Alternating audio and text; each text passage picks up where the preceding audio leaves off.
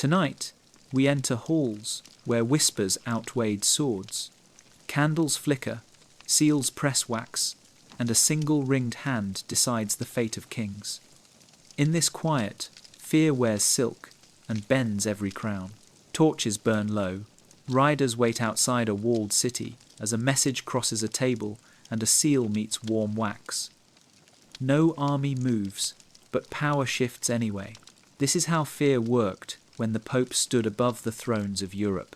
We begin not with battles, but with a doorway wood, iron, and quiet guards. Behind it, a voice can bless a kingdom or place it in shadow.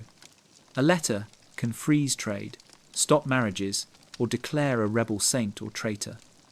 A word like excommunication can make a crown feel lighter and a head feel loose. The Pope did not need spears, he had souls. This story is about why that mattered.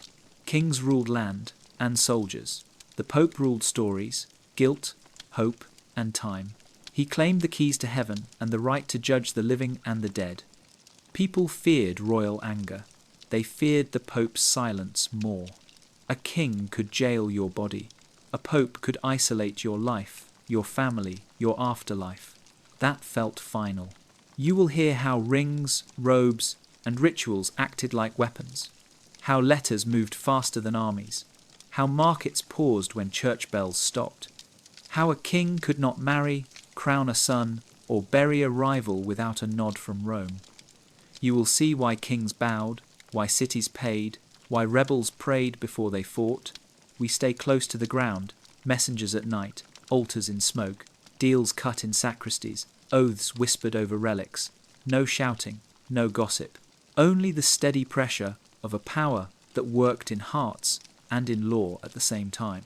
Step inside. The candles are lit. The pages are waiting. A dim chamber, lit only by wax, smells of tallow and damp stone. A clerk bends over parchment, ink blotting in the candle's breath.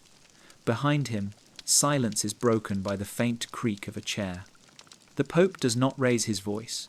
He does not need to. His hand moves slowly, almost lazily, to the heavy ring that marks his power. A seal waits, and when the metal meets hot wax, Europe shifts. It is difficult to imagine such quiet authority today. We think of armies moving, banners flapping in wind, commanders shouting orders. But in this age, the Pope did not need noise. He had the ring. That small circle of gold and stone, pressed into wax, carried more weight than legions. It was not an ornament. It was a weapon. Every time it touched parchment, it sent invisible lines of force across the continent. A sealed letter could depose a king. It could undo a marriage. It could order a crusade. It could cut a noble's wealth to ribbons. And perhaps most frightening of all, it could erase a man from the story of salvation. Kings had swords, yes. But the Pope had this, the fear of being forgotten by heaven. That fear bled into every rider who carried the letters, into every hand that cracked the wax, into every whisper that followed the reading of words no one dared ignore. Imagine being a merchant in a crowded square. Word spreads that a sealed letter has arrived from Rome. Traders pause mid-sail. Heads tilt. The parchment is lifted, unrolled. People hold their breath. They wait to hear if their city is blessed or cursed. One voice reads aloud, and the marketplace shifts from ordinary noise to silence, thick as smoke. What comes from the seal is not advice, it is command, and everyone knows it. The ring itself became legend. Pilgrims spoke of it as though it were alive. The way it glinted under flame, the way it pressed a design into wax that could not be forged. Some believed it carried power, that to touch it was to touch a fragment of heaven's authority. Even kings bent low, kissing it, lips pressed against metal still warm from candlelight. In that kiss was a bargain, obedience for blessing.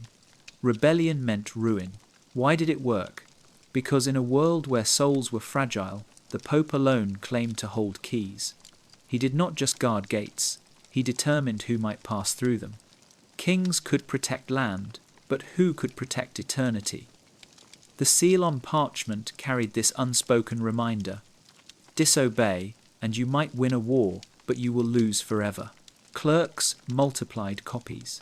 Scribes filled ledgers. Couriers carried bulls and decrees along dusty roads, through forests, across seas. At each stop, the message struck the same: here is the Pope's will, sealed and witnessed. No question, no debate. Even nobles who hated Rome hesitated. To tear a sealed order was not only treason against a man, it was treason against God. And who wanted to gamble with Judgment Day? So the ring pressed, again and again. Into wax, into fear, into memory, silent, calm, but absolute. That is how the Pope ruled, not through steel, but through seal. The cathedral is cold. Stone breathes frost even in summer.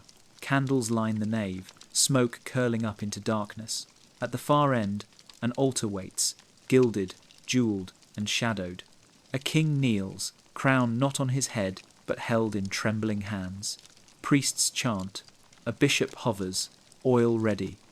And somewhere above them all, unseen but deeply felt, the Pope's voice guides the ritual. A king becomes king only when Rome allows. This is the truth often forgotten. Crowns looked heavy. They gleamed with jewels and gold. But without blessing, they were just metal, an empty circle, a stage prop. It was the altar that gave them meaning. The Pope, or his appointed clerics, acted as gatekeepers to legitimacy. A king who wore a crown without blessing wore nothing but a fraud. His rule might stand on armies, but it would collapse under whispers. Not true, people would say. Not real. God has not approved. Fear of such doubt haunted even the strongest monarch. Think of the coronation of a great emperor.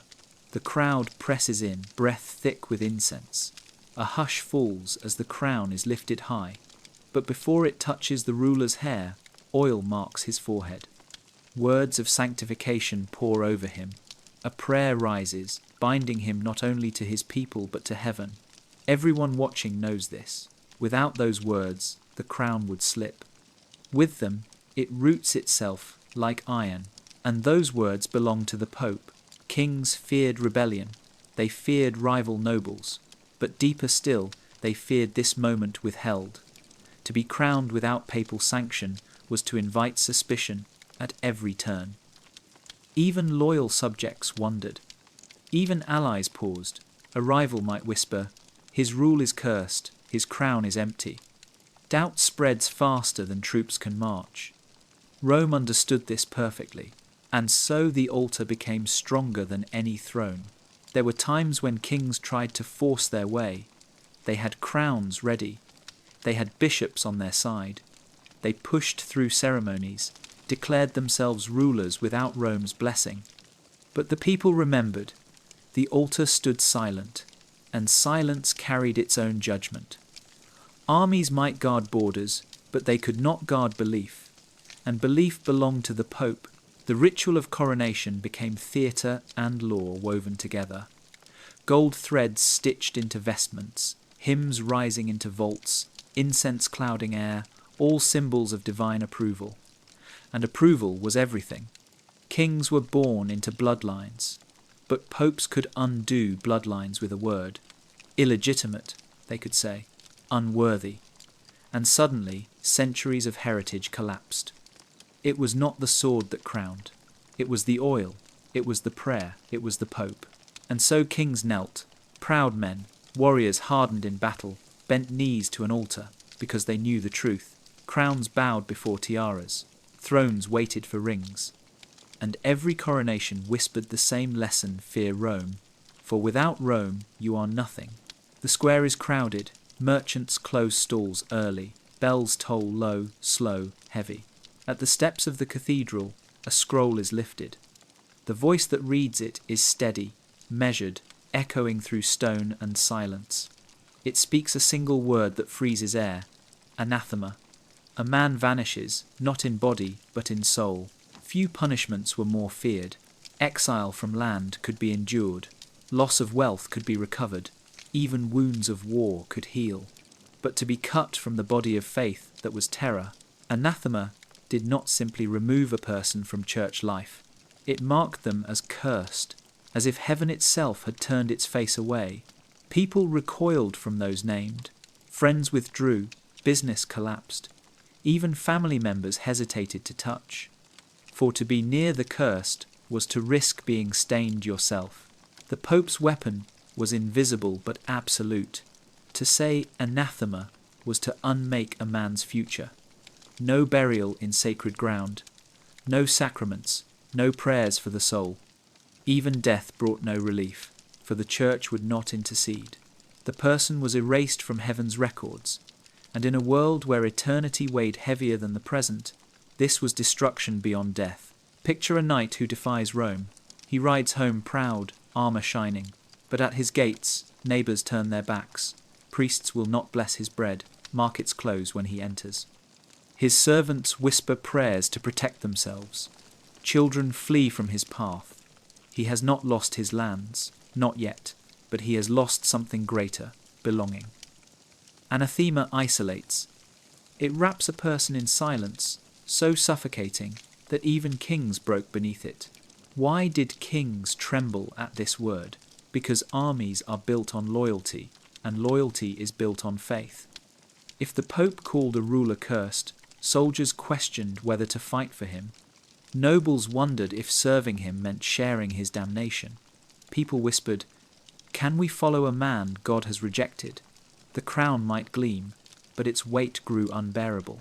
Even the strongest monarch feared being left alone in a crowded court. The ritual of anathema deepened the fear. Candles were snuffed one by one, plunging the church into darkness.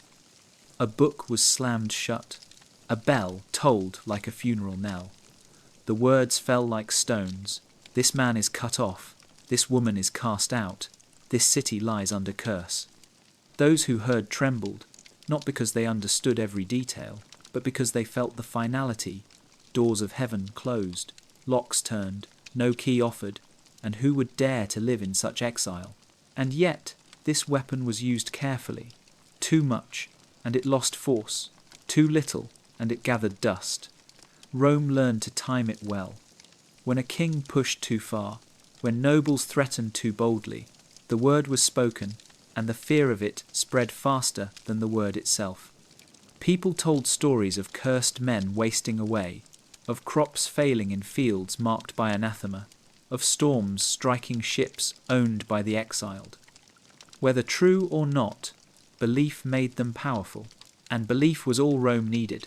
So anathema lingered like a shadow over every throne, every table, every bedchamber where plans were made. To cross the Pope was to risk more than defeat. It was to risk erasure, and that was fear no king could bear for long. Morning begins with sound.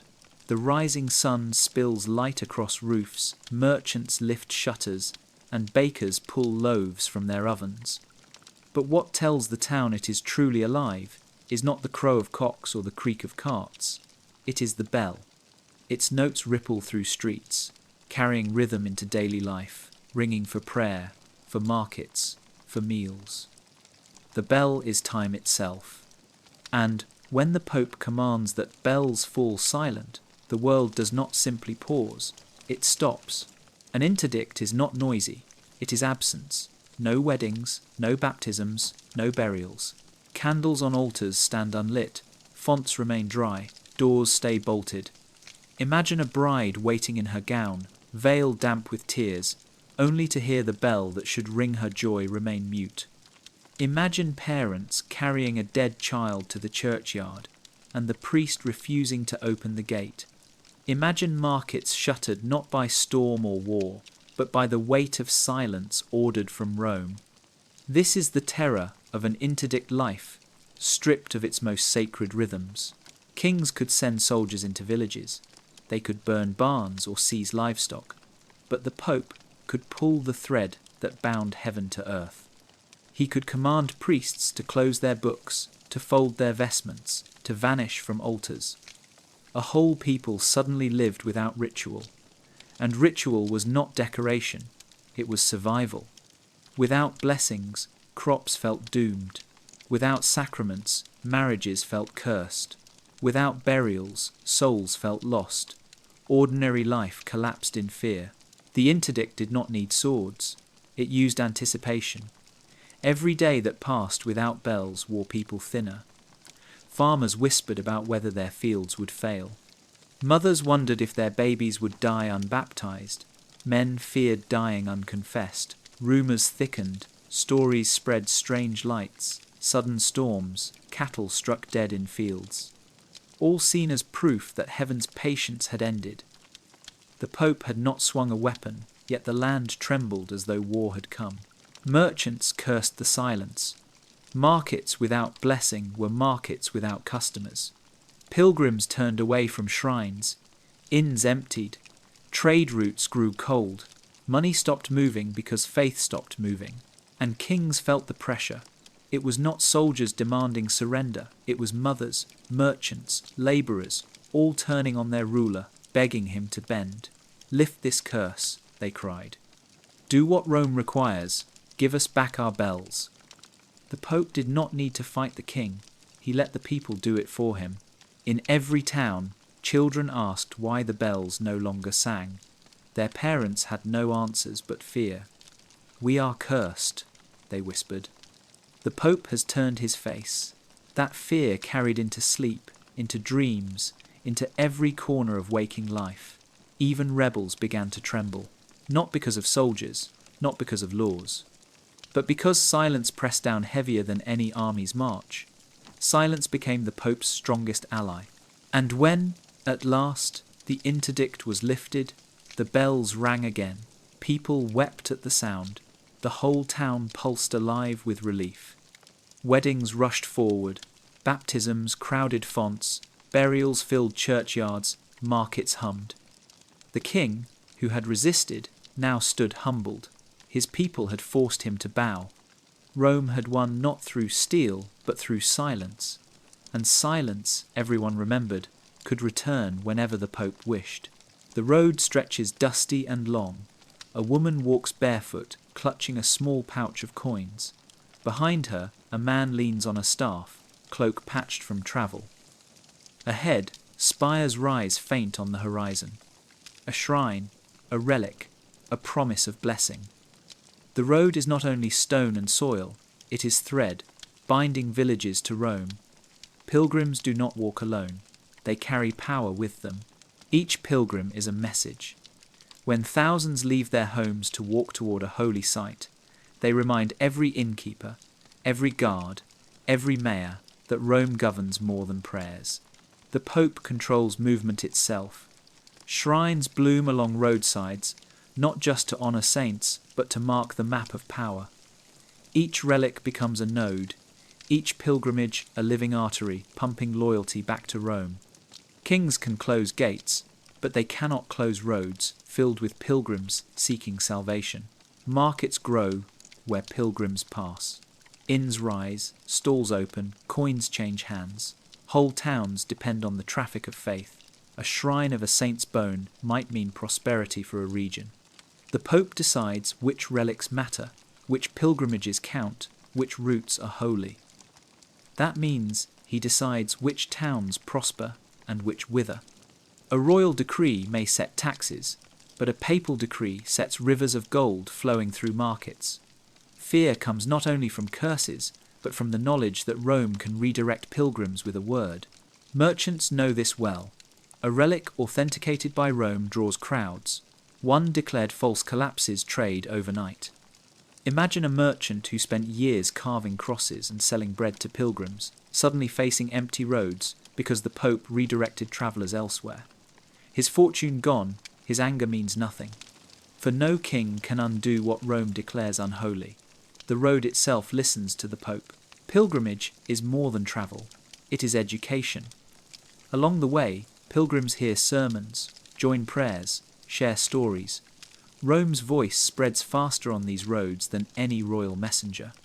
A king may issue edicts, but pilgrims carry gossip, tales, miracles, and nearly all of them point back to Rome. People return home speaking of wonders seen, of healings near relics, of messages from bishops that echo papal commands. A ruler's authority stays local. Rome's authority rides home with every pilgrim. At shrines, kings kneel among commoners. All weariness stripped, all crowns levelled, all ranks forgotten before relics. A king beside a peasant, both kneeling to kiss a bone fragment, what clearer proof that the Pope rules higher than thrones? The Pope does not need to be present. His approval of the shrine is enough. The relic, silent in its glass case, humbles rulers more than swords could. And pilgrims themselves embody obedience. They walk, they kneel, they pay, they believe. Their footsteps mark submission across landscapes. Roads themselves become reminders. These are not king's roads, but holy roads. The Pope's unseen hand guides every step. Fear comes not from punishment here, but from the certainty that one's salvation lies miles away in Rome's keeping. To refuse pilgrimage, to deny relics, to close shrines, this is to declare war not on man, but on eternity, and no king dared that. So pilgrims walked, dust on feet, hope in hearts, fear in minds. Each step whispered the same truth: Rome owns the road. A boy sits in a dim schoolroom, lips shaping words he barely understands. The letters are strange, the sounds harder still. He is not alone. From England to Sicily, from France to Poland, children chant the same syllables. Priests preach the same tongue. Courts record the same script. It is Latin. And Latin is the rope with which the Pope binds kingdoms. Language is power. Kings spoke many tongues: French, German, English, Italian. Their subjects spoke even more dialects thick with local sound. But the Pope's realm spoke one. Latin was the tongue of law, of scripture, of ceremony. To step into a court, to read a contract, to hear a sermon of weight, one needed Latin. And Latin belonged to Rome. Imagine a king arguing with another across borders. Their words differ, their scribes translate poorly, meaning slips. But when Rome speaks, it speaks in Latin. Everyone bends to understand. The Pope does not need to learn their tongues. They must learn his. That imbalance is itself power. A king cannot argue what he cannot read. A noble cannot dispute a decree written in Latin without a cleric to explain. And clerics serve Rome. Every educated man owed his education to the church. Priests taught, monasteries copied, universities formed under papal blessing, all in Latin. To learn was to kneel, even if indirectly. To argue law was to argue in Latin. To swear oaths was to swear in Latin. Kings might rule in their languages, but law and heaven spoke another, and that tongue always pointed back to Rome. In courts, scribes wrote in Latin. Decrees carried seals in Latin. Even when translated for commoners, the original remained untouchable. The Pope's words, carved in this ancient tongue, carried weight not only because of what they said, but because few could challenge them. Who dared contradict what they barely understood? Latin wrapped authority in mystery. It made law feel older than kings. It made decrees seem eternal, unchanging, beyond question. Priests in village churches spoke sermons in local tongues, yes, but the Mass itself remained Latin. The rhythm, the chant, the phrases familiar, yet never fully understood by ordinary ears. It created awe. Worshippers knelt not only to God, but to language itself, a language Rome owned. Kings might issue orders in French or English, but their subjects heard eternity in Latin. They bowed before sounds they could not control. This monopoly turned into fear. To resist Rome meant to risk exile not only from church, but from literacy, from law, from education. Without Latin, kings lost access to treaties, to canon law, to the machinery of legitimacy. Without Latin, they stood outside the great conversation of Europe. Rome held the dictionary, and whoever holds the dictionary holds truth. Even rebellions against Rome struggled. They needed translators, writers, men skilled enough to fight on Rome's battlefield of words. But those men were usually trained by Rome itself. To speak against the Pope meant using the Pope's language, the Pope's schools, the Pope's forms. It was like fighting an enemy with his own sword. Few succeeded, most yielded. And kings knew that to step too far from Latin was to step into silence. So the Pope ruled through ink as much as through ritual. He ruled through vowels and consonants shaped by thousands of tongues, but unified in one. Latin was not just a language. It was a chain, invisible but unbreakable. And when kings looked at documents they could not dispute, they felt the weight. Rome had written the script, and they had no choice but to read along. A hall filled with nobles sits in silence. Torches flicker against tapestries. At the far end, a herald clears his throat. He unrolls a scroll, his hands trembling as he reads aloud. The words fall heavy, each one colder than stone. The ruler they name is no longer part of the church. He is cast out. His name is broken from the roll of the faithful. He is excommunicated. No punishment struck more fear into hearts than this. To be excommunicated was not only to lose favour in Rome, it was to lose eternity. A king could lose land and still hope for heaven. He could lose allies and still kneel at an altar. But when Rome declared him cut off, every door closed. No priest would hear his confession. No church would open its doors. No bell would toll his funeral. He was a man stripped not just of title, but of salvation. And that terror spread far beyond him, touching every subject, every ally, every servant who dared to remain by his side. Excommunication was not only personal, it was contagious. To deal with an excommunicated king risked sharing his curse. Nobles hesitated to swear loyalty. Merchants feared trading with him. Ambassadors worried their letters would go unread. Even family ties grew brittle. Who dared to marry into the bloodline of the damned? The Pope did not need to raise an army. By speaking a few words, he made a ruler untouchable. A living ghost who still sat on a throne. Imagine the power this gave Rome. A ruler might gather thousands of soldiers, yet see them melt away because their priests warned them. Follow this man and risk your soul. Fear of hell outweighed fear of kings. Armies dissolved before battles even began. Subjects rebelled not because of politics, but because they feared being bound to a cursed leader. The Pope struck not flesh but faith, and faith was stronger than steel. The ritual of excommunication deepened the dread. The church grew dark, candles snuffed one by one. A bell tolled slowly, like death itself. A book was closed with force, symbolizing the closing of heaven's gates. And then came the words calm, clear, final. The ruler's name was spoken aloud, marked as an enemy of God. For listeners, it felt as though eternity itself had turned away. Even the proudest monarch could not bear that sound. Kings feared this power most when it reached beyond them. The Pope could release their subjects from obedience. You are no longer bound to this king, the decree might say. In a single moment, loyalty dissolved. A crown that once commanded thousands suddenly rested on a head abandoned by its own people. Betrayal did not come from traitors, but from holy permission. A ruler's authority could end not by blade, but by sentence, and that sentence could be written and sealed far away in Rome. Some kings tried to resist. They mocked the Pope's words, declared their own bishops loyal, carried on their rule as if nothing had changed. But whispers spread faster than commands. Priests warned, wives wept, children feared. Markets slowed, alliances faltered. A ruler might still wear his crown, but it grew heavier each day, until his neck bent and his pride broke. Most kings, in the end, returned.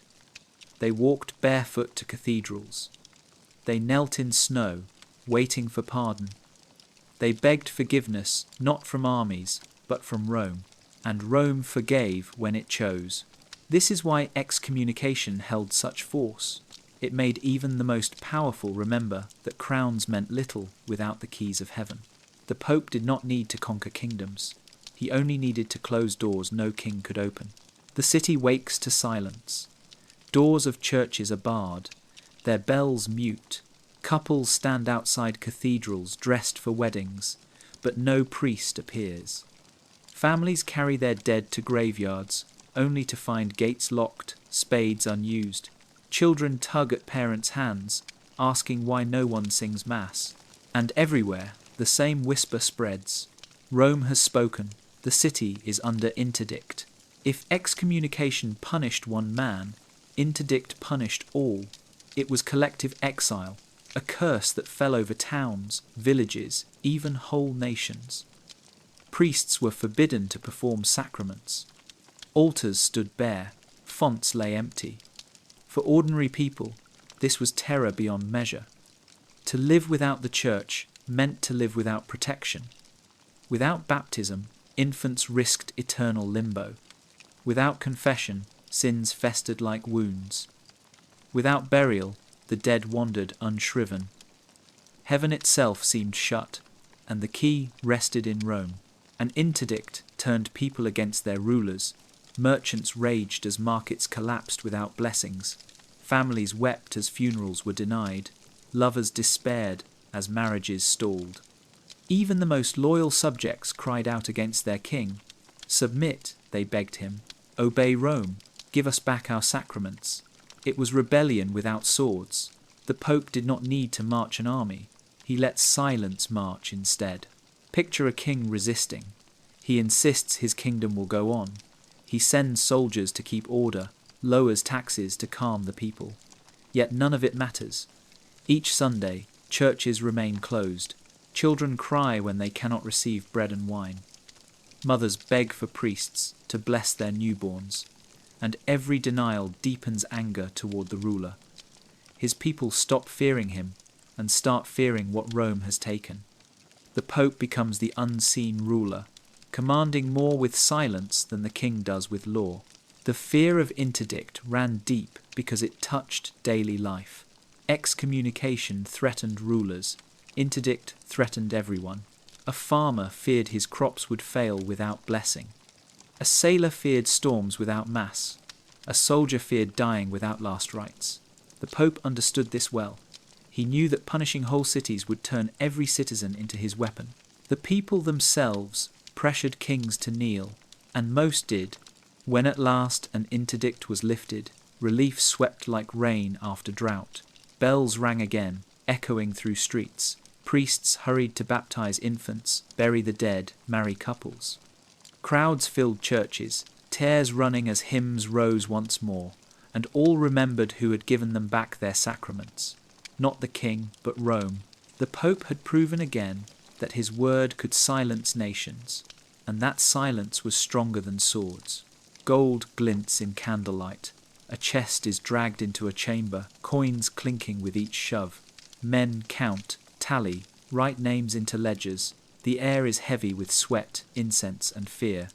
For these are not ordinary taxes, they are tithes, indulgences, offerings, holy payments flowing not to kings, but to Rome. The Pope's power was not only spiritual, it was financial. Every parish owed a tenth of its yield. Every noble owed dues. Every pilgrim paid offerings. Coins flowed like rivers from every corner of Europe into papal treasuries. Kings taxed for armies. Rome taxed for souls. And in a world where salvation mattered more than life, people paid willingly, even desperately. To refuse payment was to risk not just fines, but damnation. Holy taxes built churches, yes, but they also built armies, funded crusades, financed alliances. Rome could outspend kings because it drew from all their realms at once. A crown might empty its own coffers in war, while the Pope drew endlessly from every subject under heaven. Even monarchs who resisted found their own people, sending money to Rome. They could not stop it. The Pope's reach went straight into pockets, bypassing thrones entirely.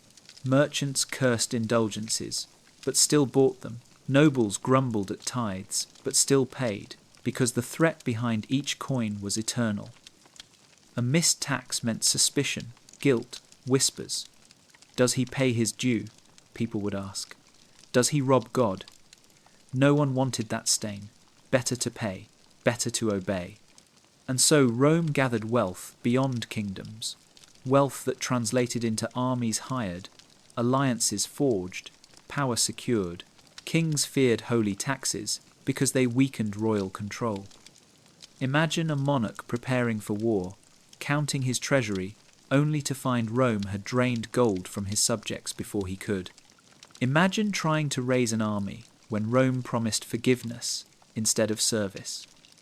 Who would fight for a king's cause when the Pope offered salvation for coin? The tiara eclipsed the crown, not just in faith, but in finance. Yet Rome did not hoard, it spent with strategy.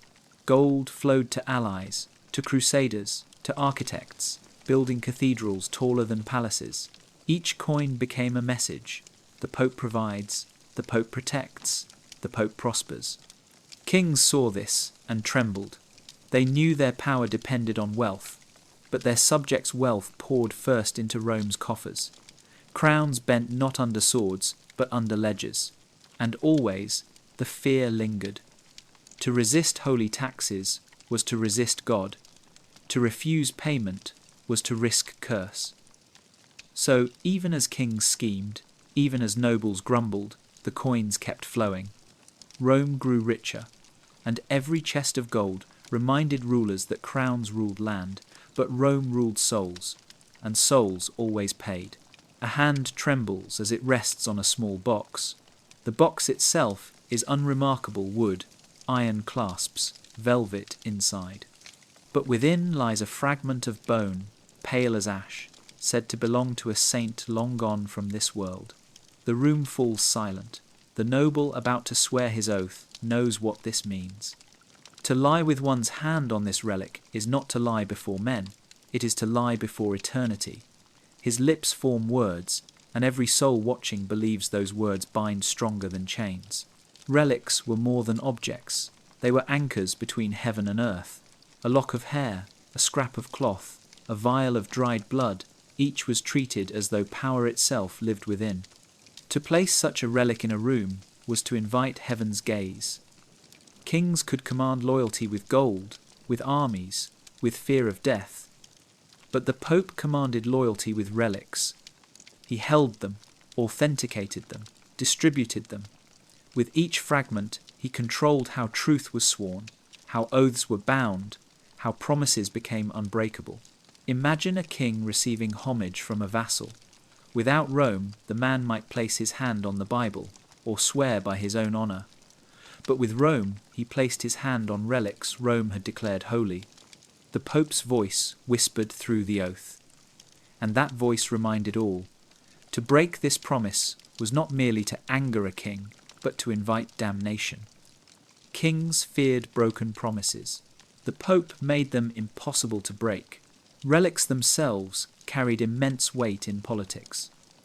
A ruler who held the bones of a saint in his treasury held leverage, but only if Rome declared those bones true. Without papal authentication, relics were nothing but bone and cloth. With papal blessing, they became weapons stronger than swords. Kings sought them, traded for them, even stole them. But no matter where relics moved, they always pointed back to Rome. Rome alone gave them voice.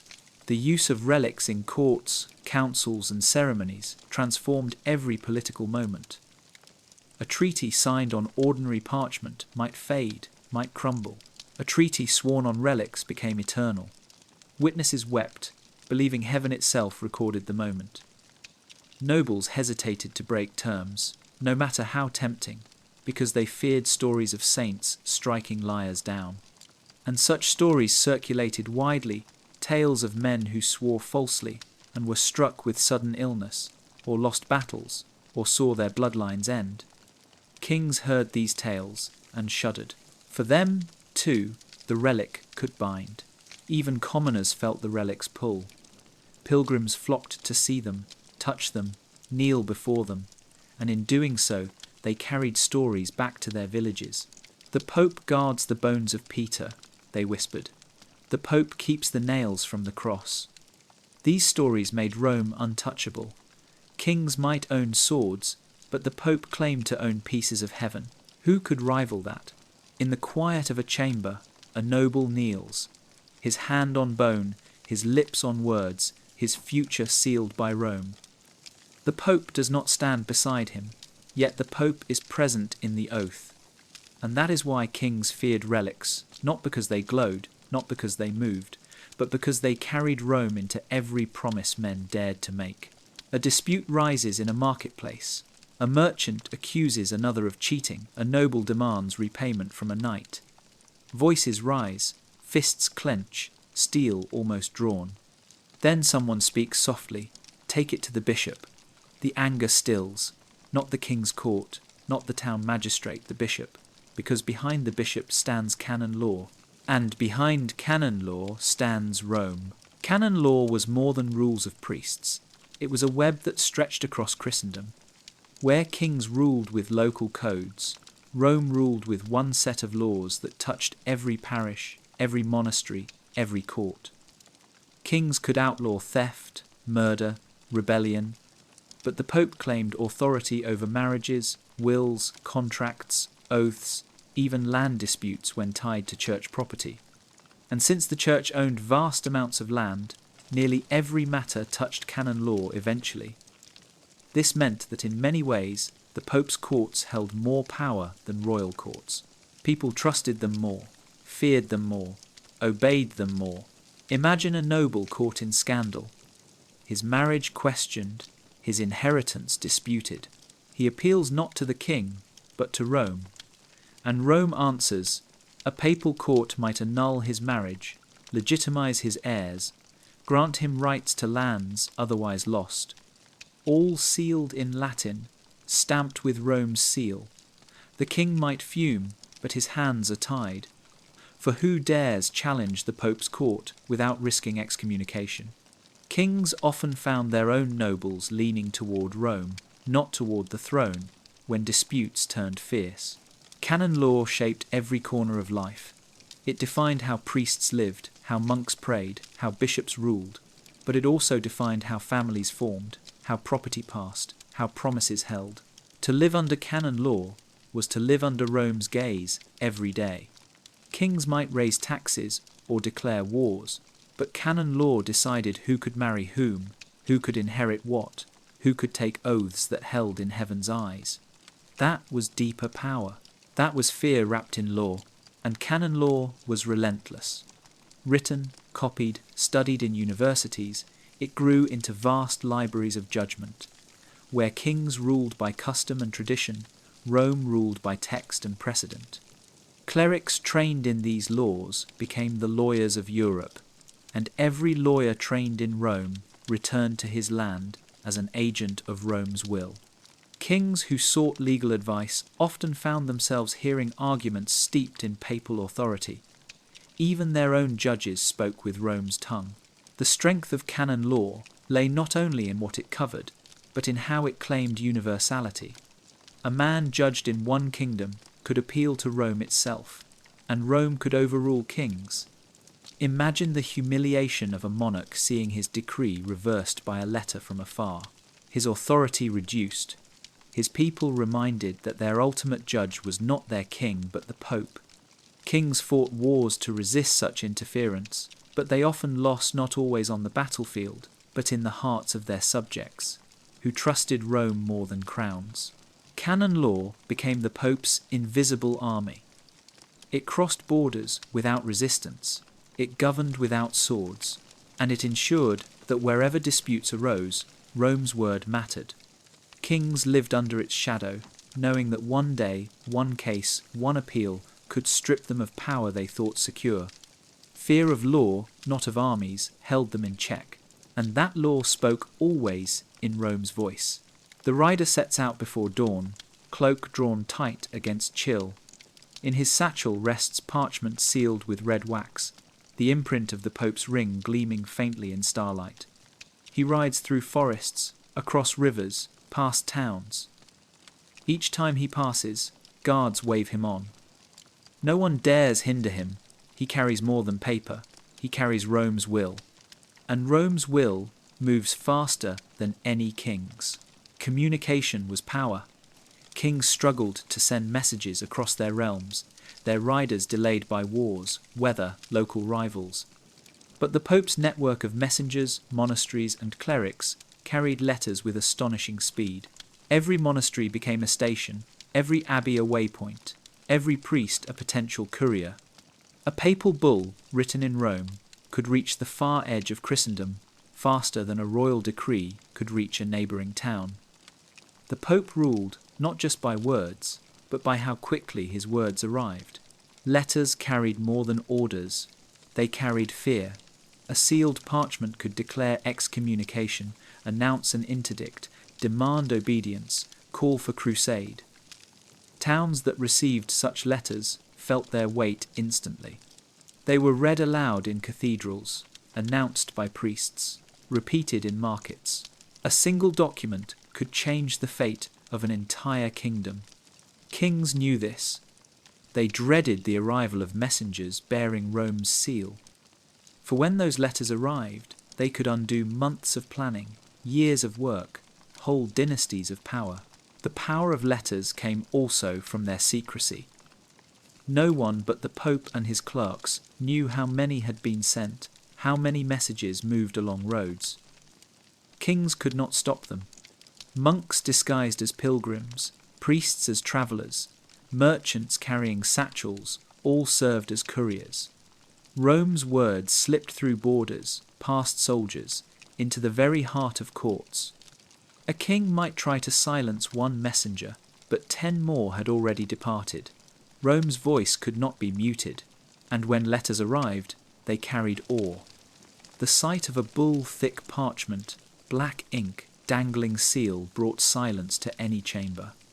The formulaic words, the weight of tradition, the presence of Latin, none dared mistranslate. These gave the letter force beyond mere ink. It was not a suggestion, it was command. To disobey meant risking excommunication, risking interdict, risking damnation. To obey meant surrendering to Rome. Either way, the Pope won. Letters also spread unity. They ensured that what was said in Spain matched what was said in Poland. What was ordered in England matched what was demanded in Sicily. Kings ruled regions. The Pope ruled Christendom. His network of letters made him omnipresent. No matter how far a king stood from Rome, the Pope's words could reach him. That reach frightened rulers more than armies, because it reminded them that Rome's authority was everywhere at once. The rider continues, hooves pounding on stone, parchment safe against his chest. He does not carry sword or shield. He carries words, and words, when sealed by Rome, made kings tremble. The hall is vast, filled with the hum of voices. Bishops in robes of crimson and gold shuffle into their seats, parchments clutched, eyes fixed forward. At the centre, a dais rises, and upon it rests a chair larger than the rest. This is not a king's throne. It is Rome's seat, waiting for the Pope's envoy. As silence falls, the air grows thick with expectation. Decisions made here will ripple across kingdoms. A council has begun. Councils and synods were gatherings unlike any royal court. Kings summoned their nobles, yes. They debated taxes, war, and borders. But when the Pope summoned bishops, he summoned the conscience of Europe. From distant lands they travelled across mountains, rivers, seas, drawn to Rome's call. Each man carried the voice of his diocese, but together they carried something far greater, the authority to judge not only kings, but kingdoms. When these councils spoke, their words became law in ways no royal decree could match. Imagine the power of such gatherings. A king may order his vassals, but he cannot order bishops from across Christendom to appear. The Pope can. And when they come, they form a chorus that drowns out crowns. Here, in these halls, questions of legitimacy are decided. Is a marriage valid? Is a crown lawful? Has a ruler strayed into sin so grave that his people must abandon him? The answers do not come from swords. They come from voices raised in council, recorded in parchment, sealed with Rome's authority. The fear such councils inspired was immense. Kings dreaded hearing their names debated by men who wore no armor but wielded greater force. A king accused of heresy or tyranny might find himself condemned by bishops who never set foot in his land. And once condemned, the damage was irreversible. People trusted councils more than rulers. A council's judgment carried the weight of God himself. Disobedience was not rebellion against men, it was rebellion against heaven, and councils were theatre as much as law. Incense clouded the air, candles burned tall, casting light on gilded altars. Bishops chanted prayers before debate began, reminding all that their decisions echoed in eternity. When decrees were read aloud, the people gathered outside in hushed awe. They heard not politics, but prophecy.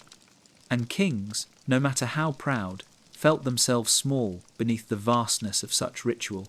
The Pope understood this well. Councils were not merely gatherings for discussion, they were displays of unity under his hand. Each bishop present proved Rome's reach. Each decree signed proved Rome's supremacy. Kings ruled local lands, but councils reminded them they were but one voice among many, all bowing to Rome. Even emperors bent when faced with councils, for to defy them was to defy the very body of the church, and defiance brought ruin. When councils ended, letters spread their decrees across Europe. Priests read them from pulpits, monks copied them in scriptoria, commoners whispered them in markets. Rulers found themselves bound by words spoken hundreds of miles away. They had not been present, yet their fate was sealed. Such was the reach of councils, invisible hands shaping visible thrones. So kings learned to fear the gathering of bishops. For when the Pope called a council, he called judgment, and that judgment could lift a ruler high or cast him down into silence. Night falls, and a man runs breathless through narrow streets. Behind him, soldiers give chase, torches flaring in the dark. His only hope lies ahead, the heavy doors of a church. He pounds them with fists, cries out for mercy. And as the doors swing open, he crosses a threshold no soldier dares to breach. The church swallows him whole, he is safe. For sanctuary is stronger than steel. Sanctuary was not simply tradition. It was law, written in fear and faith. To touch a man within the sacred walls was to invite wrath not from the king but from God. Kings had prisons, the Pope had churches. And in those churches lay protection no crown could override. Even murderers, thieves, and traitors could flee into their shadow and find safety, at least for a time. The church became a fortress without walls, its power not in weapons but in belief. For kings, this was a bitter truth. Imagine a monarch enraged, seeking to punish a rival only to find him kneeling before an altar. Soldiers ready to drag him away hesitate. Priests bar the door. The king fumes, but he knows the risk. To violate sanctuary is to risk excommunication, interdict to rebellion of conscience. The Pope does not need to stand there in person. His authority radiates from the stones, from the relics on the altar, from the whispered prayers of monks. Sanctuary transforms fugitives into untouchables. The practice extended far beyond mercy. It was a weapon in politics. Nobles plotted within churches, knowing royal spies could not reach them. Commoners sought refuge when taxes grew unbearable. Even armies hesitated to sack towns if churches offered asylum. Kings saw their power diminished every time a rival escaped their grasp by clutching a crucifix. They ruled streets, but Rome ruled thresholds, and the symbolism was powerful. To enter sanctuary was to place oneself not under earthly law, but divine law. The fugitive submitted to the Pope's justice, not the king's. In many cases, Rome would negotiate terms. The man might confess, pay penance, or vow exile. But the judgment came from the church, not the crown. The message was clear: even rulers must bow when a man holds sanctuary, for sanctuary belonged to Rome. Some kings tried to break this custom. They ordered soldiers to storm churches, to drag fugitives out. The backlash was immediate. priests thundered from pulpits, declaring curses on violators. People rioted. Whispers of doom filled the air, storms, plagues, defeats in war, all blamed on the desecration of sanctuary. Kings learned quickly that it was easier to yield. Better to lose one rival than to risk Rome's wrath. Sanctuary held. And it was not only fugitives who gained protection. Whole communities looked to churches as safe havens. During wars, villagers crowded into cathedrals, trusting their sanctity to shield them from pillage, and often it worked. Soldiers feared the Pope more than their commanders. They would not dare break sanctuary. The king might order it, but conscience stopped them. The Pope's shadow proved stronger than the king's command. Thus, kings lived in unease. Their laws ended at the church door. Their authority bent before altars, and their people knew it. Sanctuary was more than safety. It was proof that Rome's power outshone crowns, torches, and swords. A parchment is held aloft in a crowded square. The voice of a preacher carries over the murmur of the people. He speaks of sin, of punishment, of years in purgatory waiting for cleansing fire. And then he offers hope, a coin, a prayer, a written indulgence signed and sealed by Rome, salvation shortened, punishment eased. The crowd surges forward with coins in hand. The Pope's reach stretches into their pockets, their fears, their souls. Indulgences were more than forgiveness. They were currency. Each one carried Rome's promise to reduce the burden of sin after death. People believed them, people feared without them, and so they paid. Merchants, peasants, nobles, all clutched indulgences as though they were keys to heaven. Kings watched with unease. For every coin that flowed to Rome was a coin not spent on crowns. And every soul that looked to indulgences for hope looked past their ruler toward the Pope. The power of indulgences lay in their timing. Preachers arrived after wars, after plagues, after famine. People desperate for reassurance listened closely. They heard promises of peace for lost loved ones, release for their own souls. A father wept as he bought an indulgence for his dead child. A soldier clutched one before battle, believing it would guard him in death.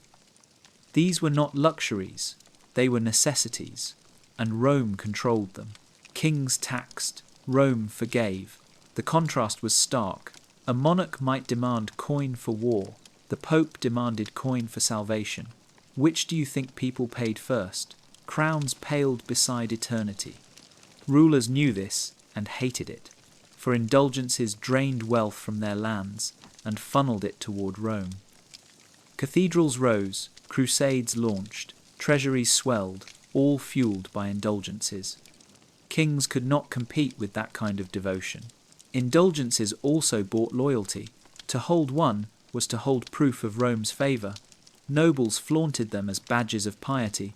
Merchants hung them in shops. Pilgrims carried them home as sacred treasures. They reminded everyone that Rome was not distant. Rome was here, in their hands, in their coffers, in their prayers. Even the illiterate could recognize the seal, the Latin phrases, the papal signature. Indulgences became the Pope's voice in every village, and they instilled fear. To lack indulgences was to risk endless suffering after death.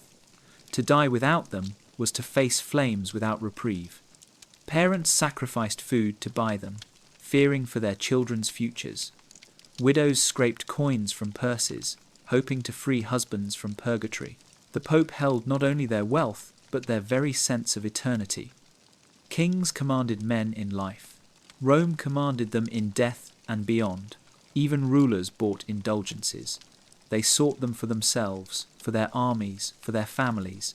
It was humiliating. In a way, kings bowing to Rome not in ceremony but in commerce. Yet they did it, for they feared the same fires as their subjects. And Rome smiled, knowing that the crown itself could not resist the pull of indulgences. So markets filled, coins rang, parchments fluttered. Each indulgence a reminder that the Pope held more than armies, more than laws. He held salvation for sale. And in a world trembling before sin, no king could rival that power. The square is crowded, the air thick with incense. Trumpets sound, not with the urgency of battle, but with solemn rhythm. Down the steps comes a figure in flowing white, flanked by cardinals in crimson. His robe trails like a river, embroidered with gold thread that glitters in sunlight. The people bow as one, murmuring prayers. A king might ride through town on horseback, armour shining, sword raised high. But here the Pope passes, and he carries no weapon. Only robes, only silence, only awe. Yet the crowd fears him more than they fear any king. Clothing was never simple. In Rome, robes became symbols stronger than crowns. White linen spoke of purity, crimson of sacrifice, gold of eternity. Each thread declared that this man stood closer to heaven than others. Kings wore armour to project strength. The Pope wore vestments to project eternity. And in the minds of the people, eternity outweighed strength every time. When they saw him robed and enthroned, they saw not a man, but a living icon. The throne too mattered. Unlike royal thrones carved with lions or dragons, the papal throne was plain marble, lifted high, surrounded by candles. Its simplicity was its weapon. It whispered, "I do not need to dazzle with force. I am force." Kings envied this. They built gilded halls, hung tapestries, displayed jewels. The Pope needed only a chair and silence silence bent rulers low. Processions sealed this power. When the Pope walked, he did not walk alone. Bishops carried relics, choirs sang, incense clouded air, banners fluttered.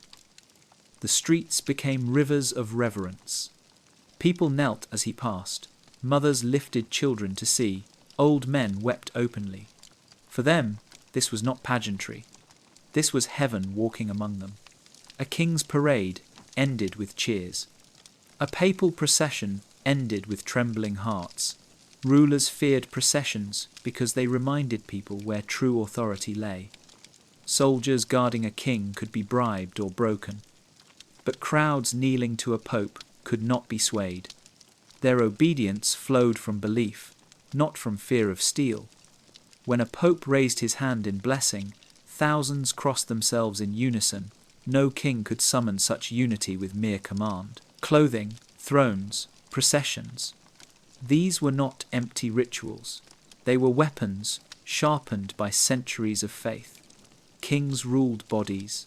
The Pope ruled imagination. And imagination is the deepest battlefield of all. A robe became more terrifying than armour. A throne became heavier than a crown. A procession became a march that no army dared resist.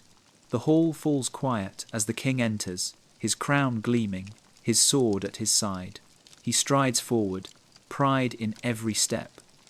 But when he reaches the dais, he pauses, bends, and lowers his lips to a hand. A ring presses against his mouth, cold metal against warm breath. The moment is brief, but the meaning is eternal. The Pope's ring has been kissed, and a king has bowed. The kiss of the ring was more than courtesy. It was submission disguised as respect. Kings demanded homage from vassals. The Pope demanded homage from kings, and the act could not be avoided. To refuse the ring was to risk humiliation, excommunication, rebellion of conscience. To kiss it was to confess, wordlessly, that crowns bent before keys. The ring itself carried meaning. Large, gold, often set with gems, it bore the image of Peter, the first pope. To touch it was to touch the lineage of apostles. To kiss it was to acknowledge the Pope as heir of Christ's authority. No king could rival that. His crown might claim bloodlines, but bloodlines ended in graves. The Pope's ring claimed eternity, and eternity never ended. Witnesses saw the kiss and understood. They whispered of kings humbled, of tiaras lifted higher than crowns. Stories spread like wildfire. "Did you hear?" they asked. The king knelt. He kissed the Pope's hand. Even those who never saw the act felt its power. It echoed in markets, in taverns, in sermons. Every retelling reminded people that their ruler had bent before Rome, and once bent, he could never quite rise the same. The ritual was carefully staged. The Pope did not lean down.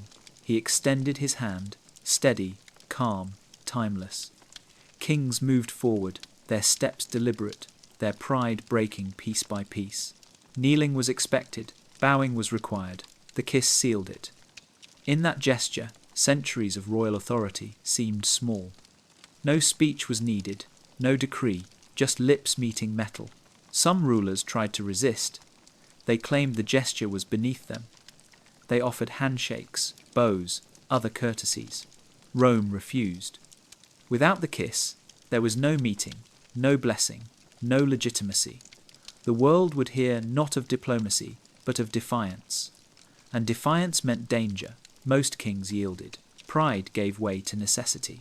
They kissed, and Rome won again. The kiss of the ring terrified rulers because it was unforgettable. Crowns might shine brighter, swords might cut sharper, but memory lingered longer. Subjects remembered their king kneeling, not commanding. They remembered him submitting, not ruling. And they whispered, "If even he bends, how can we resist?" The Pope needed nothing more. The ring itself became his crown. The kiss became his weapon. The church is filled, candles flickering against stone walls. Incense rises, thick and sweet, curling into vaulted ceilings. The choir sings in Latin, words most do not understand, but all feel deeply. A priest lifts the chalice high, his voice solemn, steady, echoing through the nave. The Mass unfolds like theatre, every gesture deliberate, every phrase ancient. And within it lies power greater than any royal decree. For the Pope owns the script, and every Mass is his message. Mass was not just worship, it was communication. Through chants, prayers, and readings, Rome spoke directly to the people. Kings needed heralds, criers, scrolls. The Pope needed only the altar.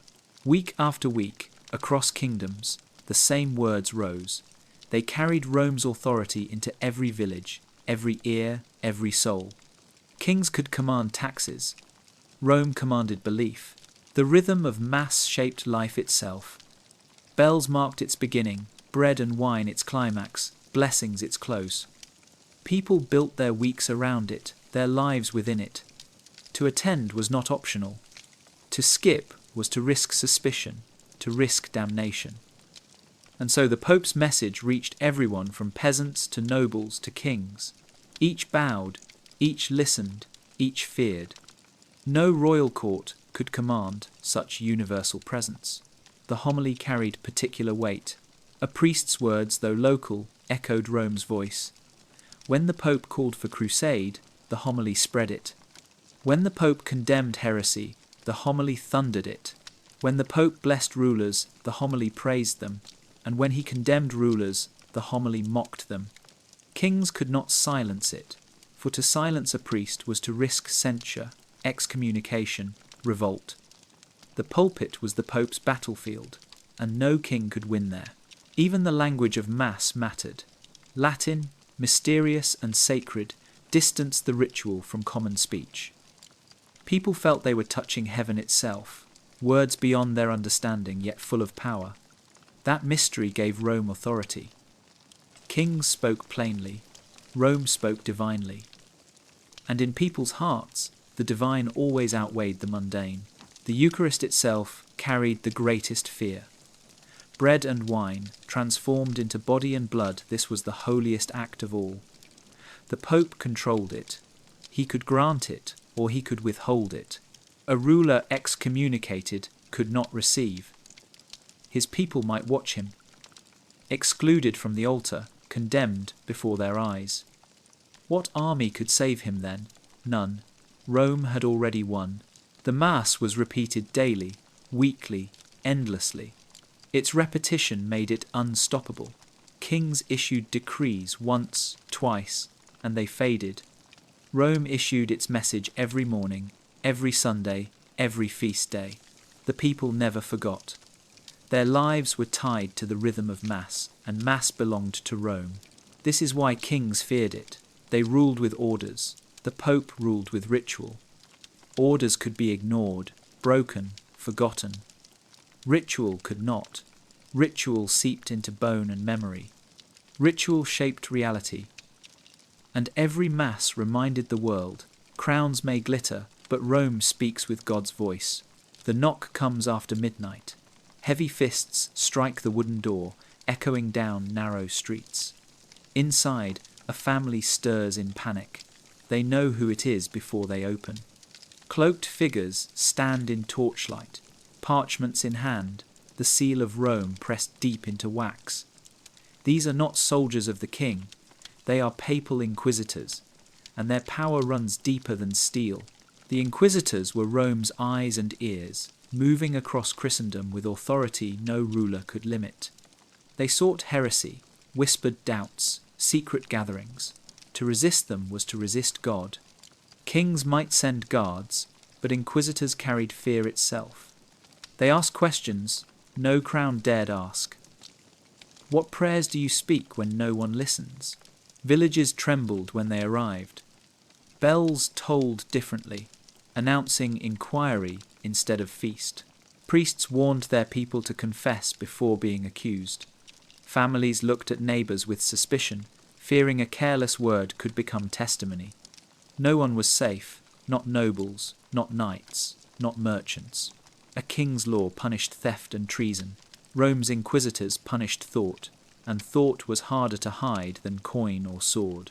Trials were rituals of terror. A table, candles, scrolls of canon law.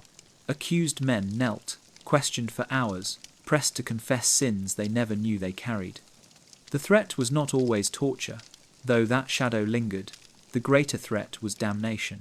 To be declared a heretic was to be cast out, excommunicated, erased from salvation.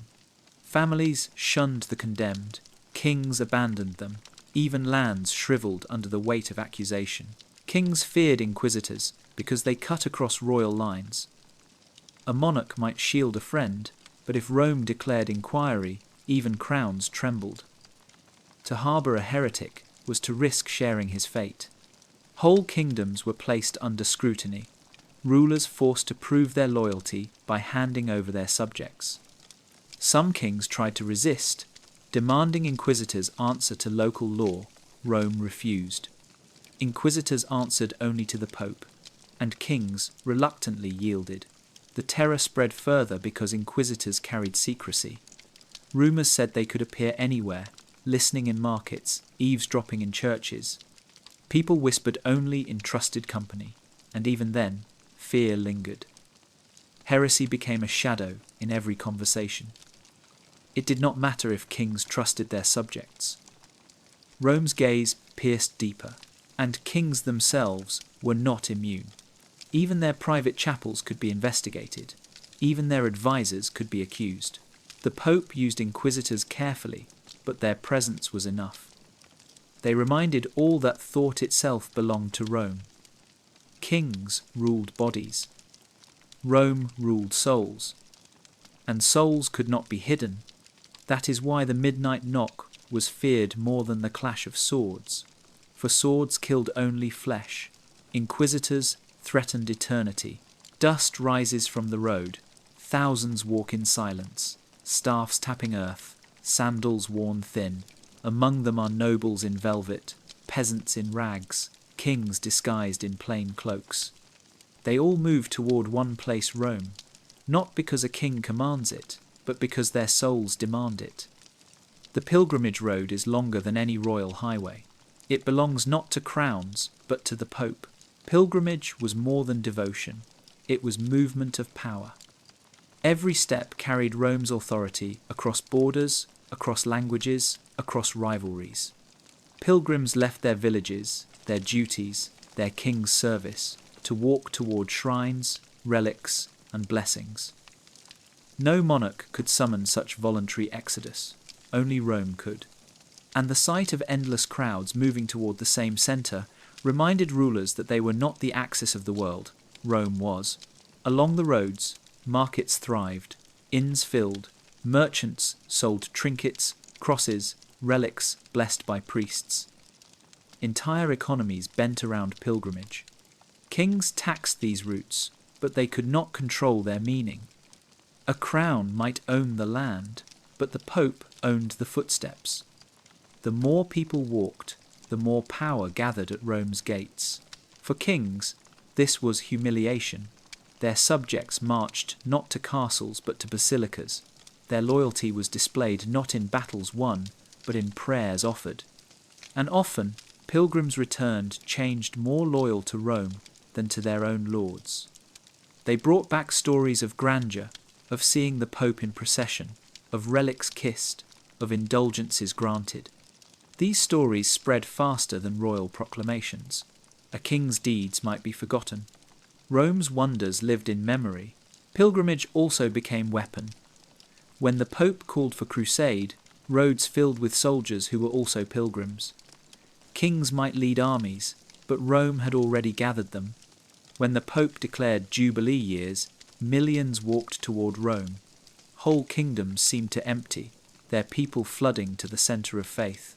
Kings watched their courts thin, their villages bare, while Rome grew crowded and rich. The power of pilgrimage lay in unity. Where else could French, German, English, Italian and Spanish kneel side by side? Where else did borders vanish, languages dissolve, rivalries fade? Rome alone could summon such gatherings.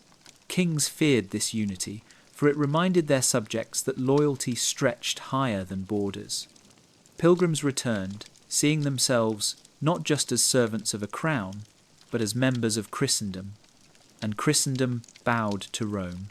A king might raise walls, guard borders, demand obedience, but pilgrimage ignored walls, crossed borders, dissolved obedience.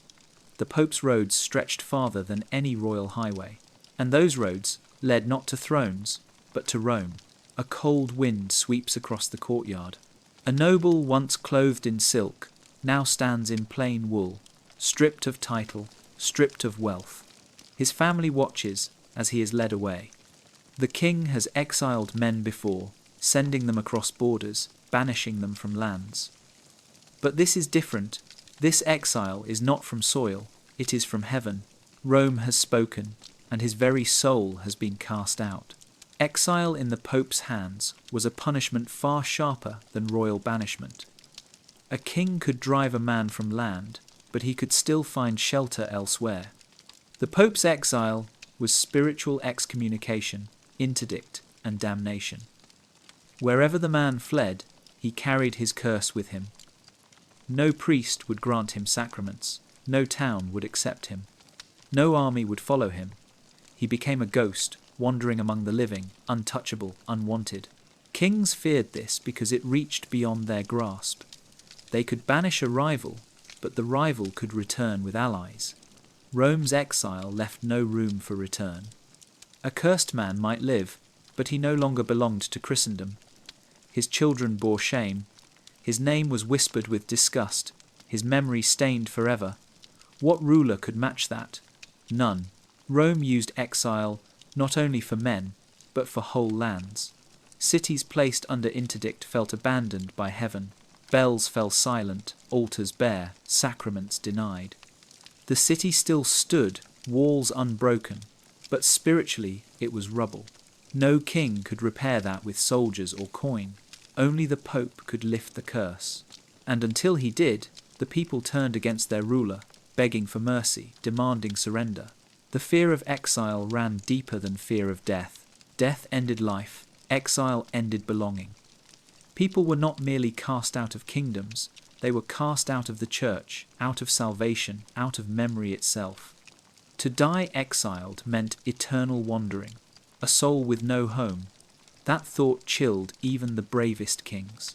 Some rulers resisted. They declared Rome's exiles meaningless, insisted their people ignore them, but whispers spread nonetheless. Soldiers deserted, nobles hesitated, subjects questioned. The ruler found himself ruling shadows. For when the Pope said, "This man is no longer one of us," the world listened, and even kings trembled. Exile was the Pope's ultimate reminder. Crowns could command armies, but Rome commanded eternity, and eternity had longer reach than any sword. The parchment lies on the table, its edges curled from candle heat. Words written in black ink stretch across it in neat, deliberate lines. But it is not the writing that matters. It is the heavy lump of wax hanging below, pressed deep with an image of keys crossed beneath a crown, the papal seal, small in size but heavier in meaning than any crown of gold. The seal was Rome's weapon of certainty. Kings used soldiers to enforce their commands. The Pope used wax. A decree without the seal was only words. A decree with the seal was eternal. It carried the weight of Peter's keys, the authority to bind and loose not only on earth but in heaven. To break a sealed order was to break faith itself. No noble dared, no king risked it. Each seal was unique. Pressed by the Pope's ring, it bore his presence even when he stood thousands of miles away. To see it was to feel him in the room. Rulers trembled when messengers unrolled letters and the wax glinted in candlelight. For within that seal lay power no army could undo. Armies could burn towns, yes, but the seal could unmake kings. The ritual of sealing mattered as much as the seal itself.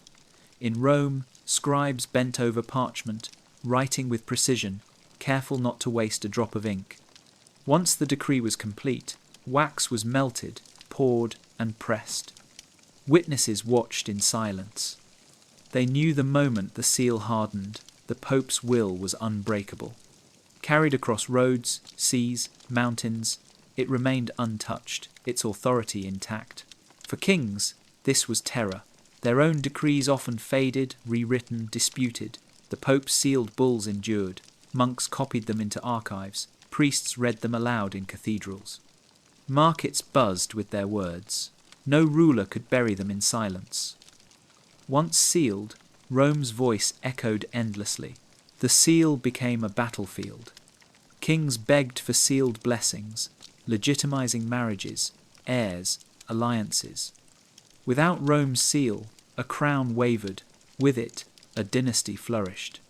Kings also feared the opposite, a sealed condemnation. That single piece of wax could unravel decades of rule.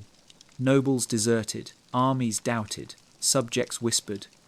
A seal broken over a king's name could leave him more powerless than if his castles had crumbled. Even thieves recognized its strength.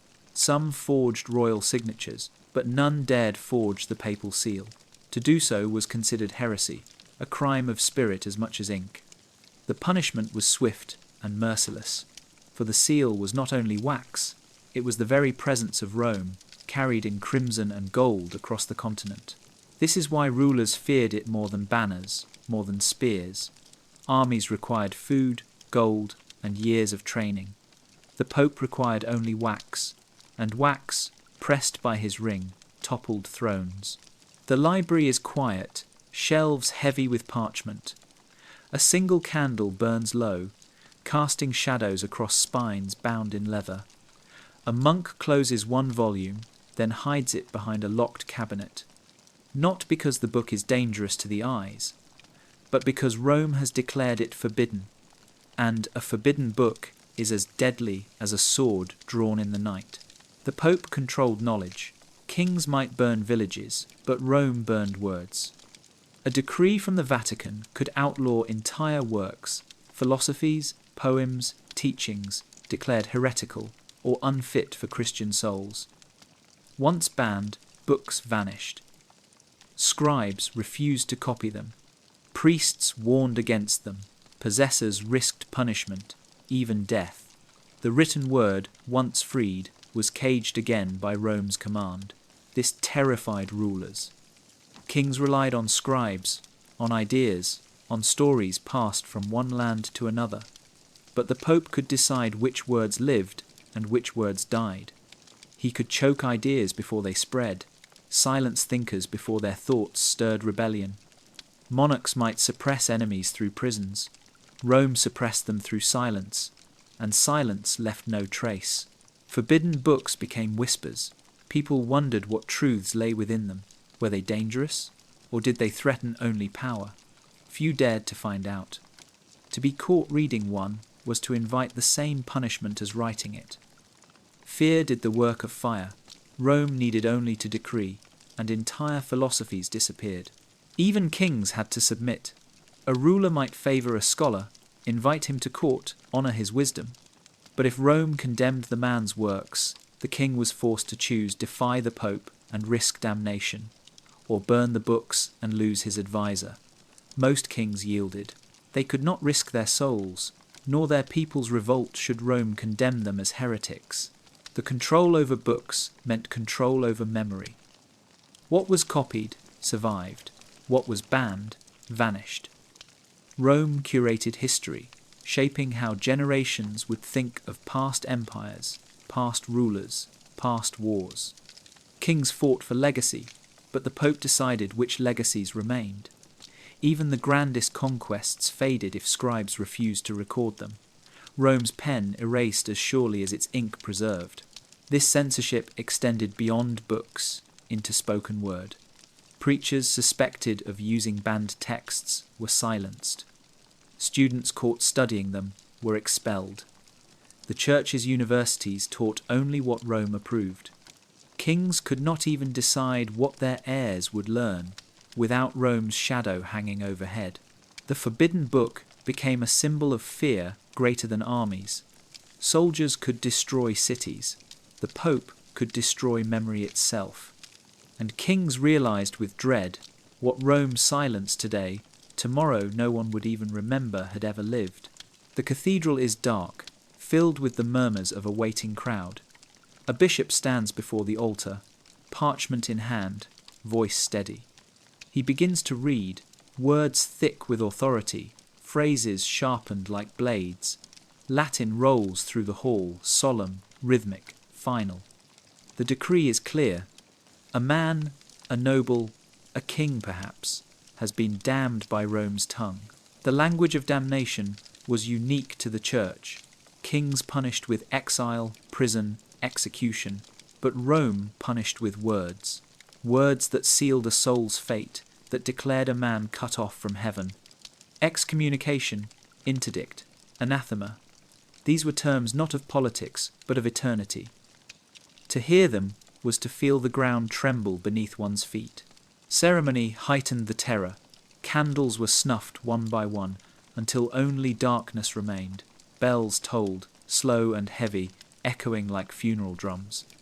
The bishop's voice rose, each phrase condemning more deeply, until silence fell at the final words.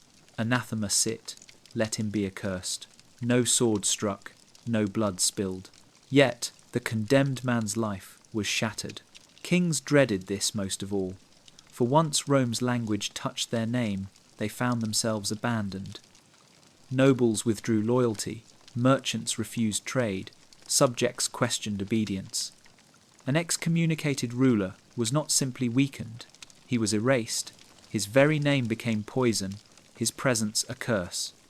Even if he ruled still, he ruled alone, surrounded by silence. The power of damnation lay in its universality. Latin phrases echoed the same across kingdoms. A man condemned in France was condemned in England. A ruler cursed in Germany was cursed in Spain. The Pope's words travelled faster than armies, sharper than swords, more enduring than decrees. Once spoken, they could not be unsaid. People feared these words because they reached beyond life. A king might survive exile, might return after defeat, might rebuild after rebellion. But no one could rebuild after Rome declared eternal curse.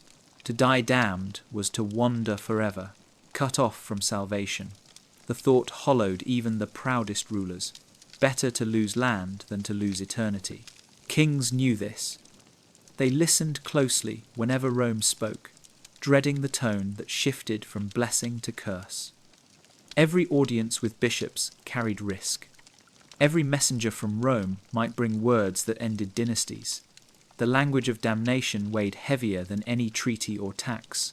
It was the final reminder that crowns bent before words carved in Latin. This is why the Pope was feared. Kings could punish bodies. The Pope punished souls. And when his language condemned, no army, no fortress, no crown could protect. Words alone unmade rulers. Words alone shaped eternity, and words alone, in Rome's tongue, reminded the world that crowns were temporary, but damnation was forever. The horn sounds at dawn, armor glints in pale light, banners ripple above the heads of thousands who kneel, not before their king, but before the cross. A priest raises his voice, blessing them with holy words. The promise is clear: fight, and your sins are forgiven. Die, and heaven is yours.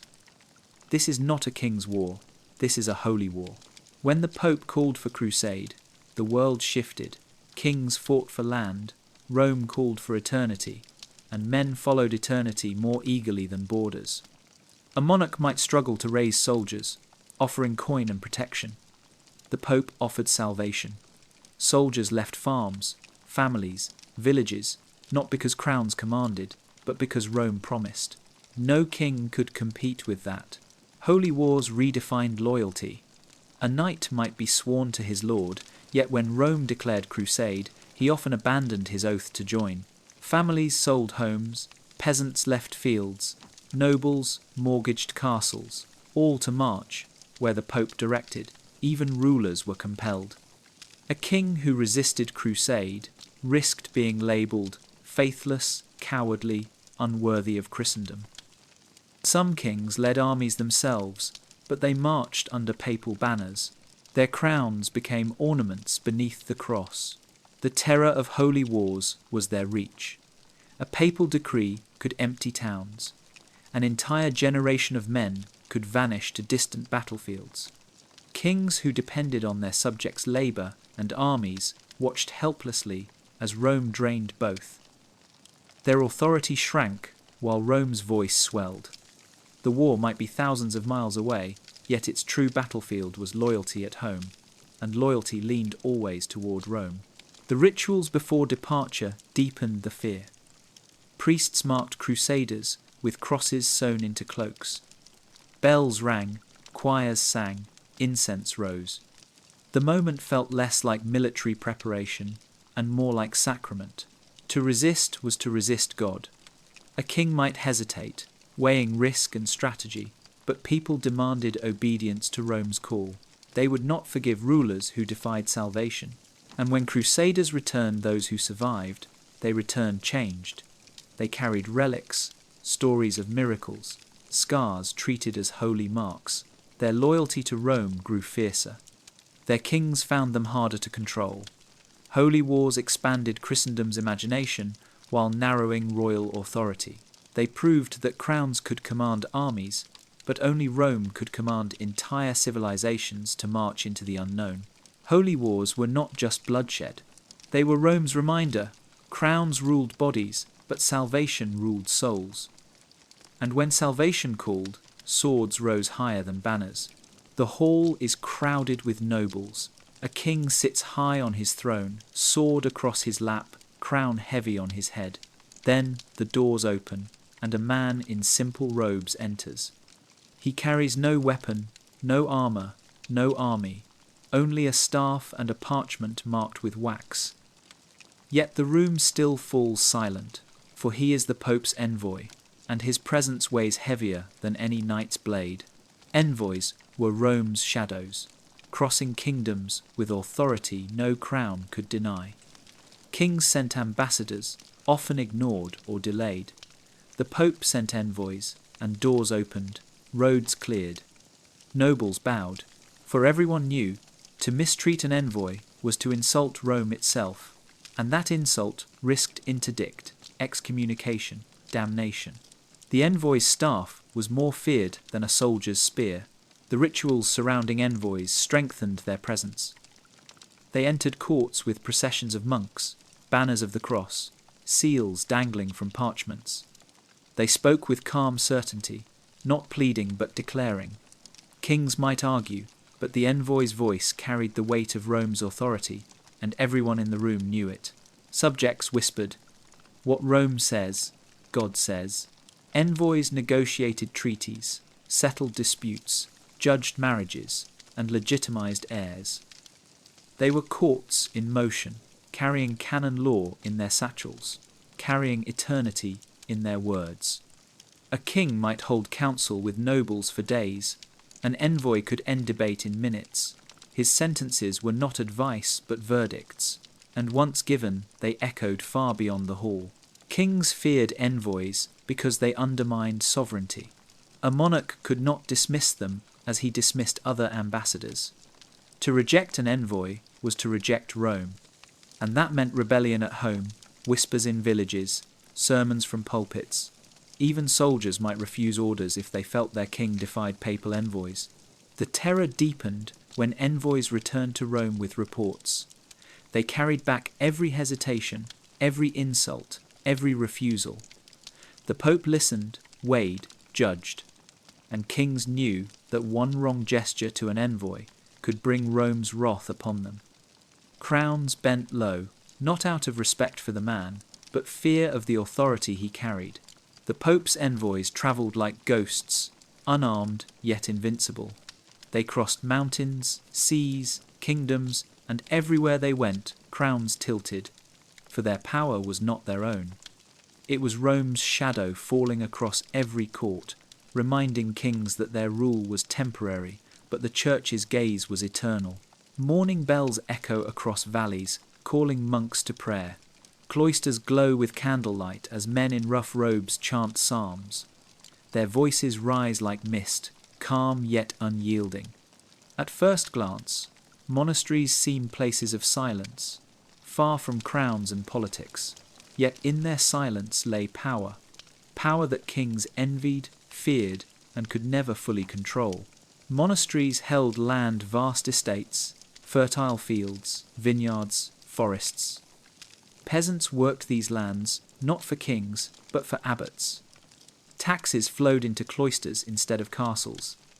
A king might raise levies, but monks already commanded loyalty through spiritual guidance, and their wealth accumulated quietly, hidden behind walls, guarded by vows of poverty that disguised enormous influence. Monks preserved knowledge. In scriptoria, they copied manuscripts, recording laws, chronicles, and scriptures. Kings relied on memory and oral tradition. Rome relied on parchment. And parchment endured. When disputes arose, monasteries produced records that outlasted royal decrees. History itself tilted toward Rome because monks decided what to copy, what to preserve, what to forget. A king's victories might fade. Rome's chosen words survived. But the deepest fear came from monasteries as sanctuaries of conscience. Nobles donated land to gain salvation. Kings retreated to monasteries when their rule collapsed, begging to die in robes instead of crowns. Monks advised rulers, heard confessions, whispered counsel that carried more weight than swords. Cloisters became Rome's hidden courts, shaping politics through silence rather than noise. Monks also trained future leaders. Many bishops, cardinals, even popes began as cloistered novices. Their discipline and learning spread into every corner of Christendom. Kings realized with unease that the men shaping their kingdom's faith and law were trained not by thrones, but by cloisters. Rome's reach began in silence and ended in command, and the rituals themselves inspired fear. 7 times a day, monks prayed, their chants echoing through stone halls, reminding all who heard that time itself was ordered by Rome. Crowns marked seasons with wars. Monasteries marked them with prayer, and prayer bent hearts more deeply than armies could. Kings looked upon monasteries with both envy and dread. They saw land slipping from their grasp, wealth flowing beyond their control, loyalty leaning toward Rome. But they could not strike. To attack a cloister was to invite condemnation, rebellion, curse. Monks wielded no weapons, yet their silence weighed heavier than swords. This is why cloisters were feared. They seemed remote, harmless, devoted only to God. Yet their wealth, their knowledge, their prayers bound entire kingdoms. Kings ruled for lifetimes. Monasteries endured for centuries, and Rome, through them, ruled forever. The bell tolls across the square. Shops close, markets fall silent, and peasants set aside their tools. The rhythm of the day is not set by the king's decree, but by Rome's calendar. Today is a feast day, tomorrow a fast, next week a saint's vigil. The cycle of time itself bends to the Pope's will. Kings tried to mark time with coronations, victories, or royal festivals. Yet these events were fleeting. Rome shaped the calendar permanently. The year itself belonged to the Church. Advent, Lent, Easter, Pentecost, Saints' Days, each one claimed weeks, sometimes months, filling lives with rituals that made crowns seem temporary. Even harvests, marriages, and coronations had to bend around Rome's holy days. The calendar was not just dates, it was control. By declaring when people could feast, when they must fast, when they could marry, when they could abstain, the Pope shaped the rhythm of life in every kingdom. Kings raised taxes. Rome raised time itself, and time, once claimed, could not be taken back. The people obeyed. They rose with bells, ate according to fasts, prayed on feast days. A king's order might be forgotten.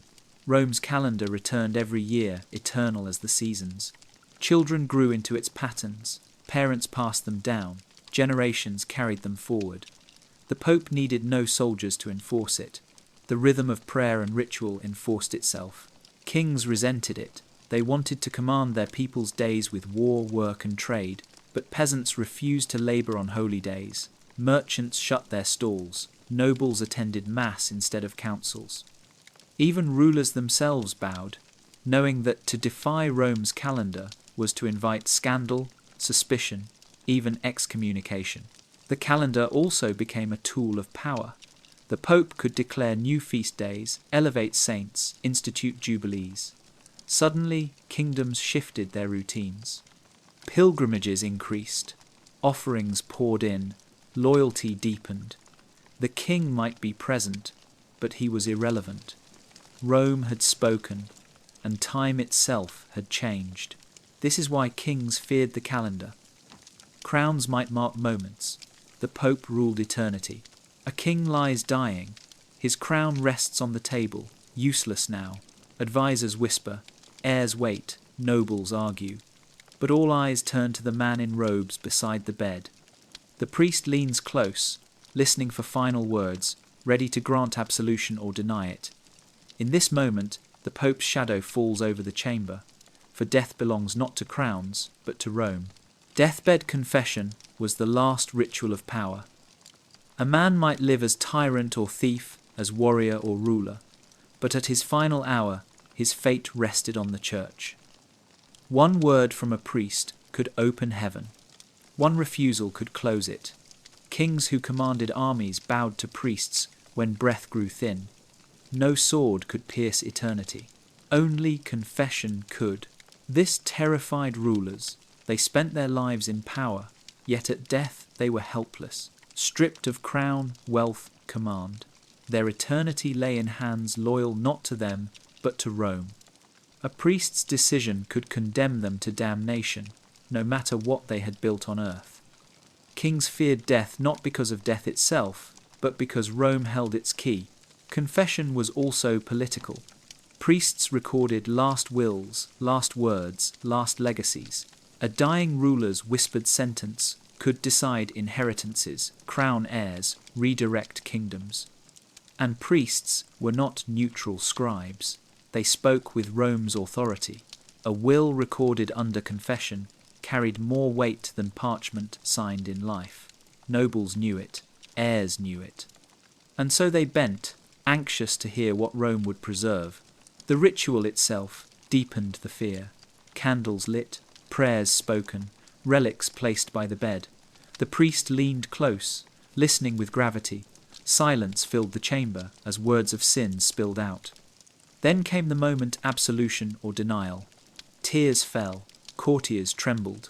A soul was weighed not by its crown, but by Rome's ear. Stories spread of rulers denied absolution, their bodies buried without rites, their souls condemned. These tales haunted kings more than assassins. Better to fall on a battlefield than to die damned. And Rome knew this. The Pope never needed to be present. His priests stood at every deathbed, carrying eternity in their lips. Thus kings ruled for lifetimes, but confessed in hours. And in those hours, they were reminded who held true power, not crowns, not swords, but Rome, listening at the edge of eternity. The road is dusty, lined with olive trees and quiet villages. A king walks not with soldiers, but with staff in hand, cloak plain, crown left behind. Around him, peasants walk the same path, merchants, nobles, widows, children. He is one among many, a pilgrim among pilgrims, heading toward Rome, for even kings must kneel at street. Peter's tomb. Pilgrimage stripped rulers of their armour. They travelled humbly, subject to the same hunger, the same weather, the same dangers as others. Yet the act was not humiliation, it was submission. By becoming pilgrims, kings admitted that Rome was higher. Their crowns glittered at home, but on the road they were dust like everyone else. And when they arrived, they did not sit upon thrones. They knelt before the Pope. This terrified monarchs, yet they submitted, for pilgrimage brought legitimacy. A ruler who had walked to Rome returned with prestige, his crown gleaming brighter because it had been blessed. But that blessing came at a price. It was public proof that even kings were pilgrims. Even kings needed Rome. Subjects whispered of it, nobles remembered it, enemies mocked it. The memory lingered longer than victories. The rituals at Rome sealed the message. A king might approach barefoot, crown in hand, kneeling before St. Peter's shrine. He prayed beside peasants, received the Pope's blessing, offered gifts to the basilica. Witnesses spread the story home. Their ruler had bent, their ruler had confessed, their ruler had kissed Rome's ring. Kings gained legitimacy, yes, but they also lost independence. For what crown shines brighter after it bows?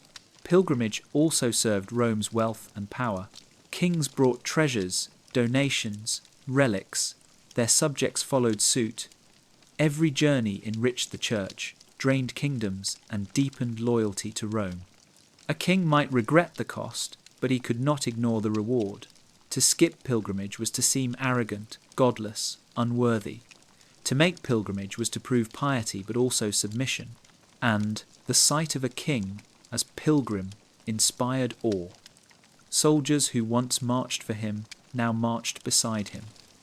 Nobles who feared him now watched him kneel. Subjects who obeyed him now saw him equal to them, humbled before the Pope. The memory weakened royal pride and strengthened Rome's hold. The pilgrim crown was heavier than gold. It reminded rulers that they were not gods, only men. And men, no matter their power, must kneel when they reach Rome. The hall is filled with silence. A tapestry hangs behind the throne, showing two symbols side by side. One is the sword, glittering with steel, its edge sharp, its handle heavy. The other is a pair of keys, small, simple, made of gold and silver. A king might gaze proudly at the sword, but the people's eyes are drawn to the keys, for in them lies power greater than any blade. The Pope claimed both. The sword symbolized earthly might, the power of kings to wage war and defend borders. The keys symbolized spiritual power, the authority to open heaven and close hell. And in Rome's teaching, the keys ruled the sword. Kings held weapons only by permission. If the Pope withdrew blessing, their swords turned to rust. This frightened rulers more than any army. They might command knights, raise levies, march across borders, but all of it seemed fragile when Rome declared their wars unjust. Soldiers hesitated to fight without papal approval. Nobles feared rebellion if they defied Rome's decrees. The Pope did not need to lift a sword. His keys could disarm whole armies without spilling blood. Ceremony reinforced the message. At coronations, kings often received swords from bishops, not from their own nobles. The act reminded everyone crowns depended on Rome's blessing. Even the weapons of rulers belonged first to God's will, carried out through papal voice. Without Rome's keys, the sword lost legitimacy. Without legitimacy, it lost power. Kings envied and resented this. They saw their armies trained, their castles fortified, their borders defended. Yet one letter from Rome could undo it all. Excommunication stripped them of soldiers. Interdict froze their lands. The Pope's keys locked kingdoms in spiritual chains, and no sword could cut them free. The fear deepened because the keys were invisible. Swords could be counted, weighed, sharpened. Keys lived in faith, in ritual, in eternity. They could not be stolen, forged, or broken. They existed only in Rome's claim, and yet people believed in them more than steel. Thus kings stood proud with swords in hand, but always glanced uneasily at Rome's keys. For steel ruled the moment, but keys ruled forever. The air is still when the bell begins to toll. Its sound rolls across valleys, through villages, over castles, slow, heavy, relentless. Each strike echoes like thunder, each pause thick with dread. People stop their work, lift their heads, cross themselves. They know what the bell means. It is not calling them to feast or mass, it is Rome's warning. Bells were more than instruments of time. They were voices of command. A king might send riders to spread decrees, but Rome needed only sound.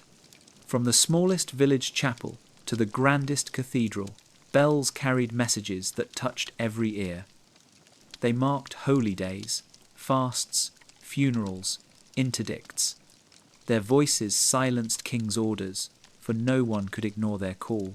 When interdict fell on a land, bells tolled in mourning. No weddings, no baptisms, no burials. Bells that once rang with joy now rang with despair. The people wept, fearing their souls abandoned. They turned against their king, begging him to yield. No army could resist the sound, for it seeped into bones, into dreams, into faith itself. Kings feared the bells because they obeyed Rome, not crowns. A monarch might order silence, but priests refused. To silence a bell was to defy the Pope. To defy the Pope was to risk damnation. Bells rang even when rulers commanded otherwise. Their sound mocked crowns, reminding all who truly ruled. The ritual of ringing deepened the fear.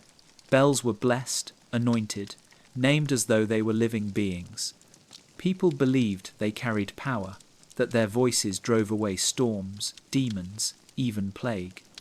When they tolled in anger, the land itself seemed cursed.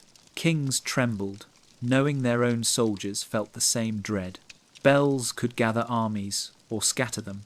They could declare festivals or strike terror. They could summon obedience or spread rebellion. And they always spoke Rome's language, not the king's. This is why crowns bowed to bells. Swords could command silence, but bells broke silence with sound older and holier. And that sound reminded rulers that Rome's voice could never be hushed. A king sits alone, gazing at the clock in his hall. Candles burn low, shadows stretch across stone. He knows his time is limited, his reign will end, his crown will pass, his name will fade. Every ruler before him has fallen into the same silence. But above him, beyond him, Rome remains. For the Pope is not bound to years in the same way. His office lives beyond time. Kings measured rule by bloodline, by inheritance, by fragile succession. Wars erupted when heirs disputed crowns, when dynasties ended, when lines broke. Rome suffered none of this. When one pope died, another rose. The chair of Peter never stood empty for long. It was a throne eternal, untouched by dynastic chaos. Kings envied it, they feared it. The continuity of Rome gave it strength. People trusted what endured. Crowns glittered for lifetimes. The papacy glowed for centuries. While monarchies fractured and fell, Rome remained a single voice, unbroken. And that voice spoke across generations, reminding rulers that their time was fleeting, but Rome's was endless. Ceremony emphasized the timelessness. The coronation of a pope echoed that of a king, but with deeper meaning. He was not heir to land, but heir to eternity. When he died, the ritual repeated. New robes, new tiara, same authority. Kings died into silence. Popes died into continuity. And continuity was power. This frightened rulers. They saw their dynasties threatened by rebellion, disease, betrayal. They fought desperately to preserve legacies. Yet the Pope needed none of this. His throne did not depend on heirs. It depended on the Church, on ritual, on the belief of millions. And that belief was harder to break than walls of stone. The timelessness also gave Rome memory. Archives swelled with centuries of letters, decrees, laws. Monks copied every detail. Kings might forget the past, but Rome remembered. And memory gave leverage. Agreements from centuries ago could be cited as binding. Mistakes of long-dead rulers could still haunt the living. The Pope carried time itself as a weapon. This is why crowns feared the Pope above all. Their reigns ended, his never did. Their names faded, his office endured. Time devoured kings, but Rome stood beyond time, eternal, unbroken, a shadow that lengthened across every century. The chapel is crowded, torches flickering against walls draped in crimson. A priest lifts a jeweled case high above the altar. Inside, wrapped in silk, lies a fragment of bone, a lock of hair, perhaps a splinter said to be from the true cross. The people surge forward, hands outstretched, eyes brimming with tears. They do not kneel before their king. They kneel before the relic. Relics were more than sacred objects. They were instruments of authority. Kings might hoard gold, but Rome held the bones of saints. Crowns glittered in sunlight, yet relics glowed in imagination. To touch them, to see them, was to feel eternity close enough to breathe, and the Pope controlled them. Pilgrimages rose around relics. Towns grew wealthy when a saint's remains arrived. Entire kingdoms shifted loyalty when Rome declared one shrine holier than another. People trusted relics more than charters, more than treaties, more than royal promises. They believed relics healed, blessed, protected. And belief was power. Kings feared relics because they rivaled their presence. A monarch might parade in armour, but a small box of bones could draw more followers than his banners. A relic blessed by Rome carried authority that even soldiers obeyed. No one dared steal or counterfeit them without risking damnation. Relics were currency of the eternal, and the Pope was treasurer. The rituals surrounding them deepened fear. Processions carried relics through cities, bells tolling, incense rising. People wept, touched cloths to the relic, believed miracles followed. Kings had to attend, bowing alongside peasants.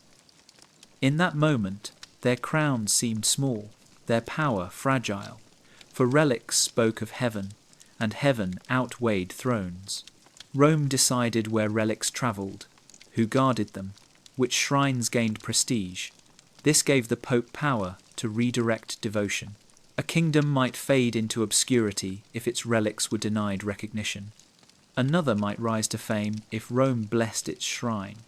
Crowns could not control this. They watched helplessly as faith reshaped maps of influence. And relics were also warnings. If Rome withdrew them from a kingdom, it was as though heaven itself turned away. No king could survive such a sign. People would abandon loyalty, fearing their ruler cursed. Relics built loyalty, but they could also destroy it. This is why kings trembled before reliquaries. Their armies defended bodies. Rome guarded bones, splinters, and cloths that carried eternity. And eternity always ruled more deeply than steel. A funeral bell tolls low and heavy. A king lies in state, his body cloaked in silk, crown at his side. Courtiers whisper, nobles mourn, but all eyes wait for the priest. The question is not where the body will rest. The question is whether Rome will allow the soul to pass. Death did not free rulers from the Pope's reach. If absolution had not been granted, if penance had not been completed, if Rome withheld its blessing, even kings were denied holy burial. Their bodies might lie in stone tombs, but their souls wandered, and people whispered, of their damnation. Funerals became displays of Rome's power. Priests chanted prayers, lit candles, spread incense. But all of it depended on papal approval. Without it, the Mass was silenced, bells muted, altars bare. No crown could force priests to act. No army could open heaven's gates. Rome alone held the key. Kings dreaded this most of all. They spent lifetimes ruling, only to find that in death they were powerless. Their heirs might struggle, their names might be stained, their tombs might stand empty of prayers. People remembered rulers not by their victories, but by their burial. A king damned by Rome became a warning for generations. The rituals of the dead were sharp reminders. Coffins sprinkled with holy water, chants sung in Latin, candles burning at the head and foot. These rites were not mere comfort. They were shields against eternal fire, and the Pope controlled them. He could grant or deny them. He could declare entire families cursed, entire dynasties tainted. Even the dead were political. Rome canonized saints, turning ordinary deaths into eternal glory. A martyr blessed by Rome inspired kingdoms, armies, revolutions. Kings envied this, but they could not imitate it. They could not declare saints. Only Rome could. And so kings feared that even their own deaths might be twisted into cautionary tales instead of triumphs. Stories spread quickly, tales of rulers whose funerals were denied, whose bodies lay unblessed, whose souls were cursed. These stories haunted crowns more than any rebellion. Death was the one battle no king could win, and in that battle the Pope commanded the field. This is why crowns bowed before coffins. Kings might reign in life, but in death they became pilgrims, and their final journey passed not through swords, but through Rome's blessing. A knight kneels, his hand resting on a Bible, his eyes locked on the priest before him. Words spill slowly, each syllable deliberate, a vow of loyalty, of obedience, of service. The oath binds him not only to his Lord, not only to his king, but to God himself. And that binding is Rome's creation. Oaths were the invisible chains of Christendom. Kings relied on them, demanding fealty from nobles, service from knights, loyalty from subjects. But every oath was sworn not merely on honour, but on sacred ground, on altars, on relics, on scripture. Rome sanctified them, and what Rome sanctified, only Rome could release. This terrified rulers. They demanded oaths, yet the Pope could dissolve them. A noble who swore fealty could be absolved. A vassal bound to his king could be freed. One decree from Rome, and chains broke. Loyalty shifted, crowns toppled. No sword could cut as cleanly as the Pope's words, "You are released." The rituals of oaths reinforced their weight.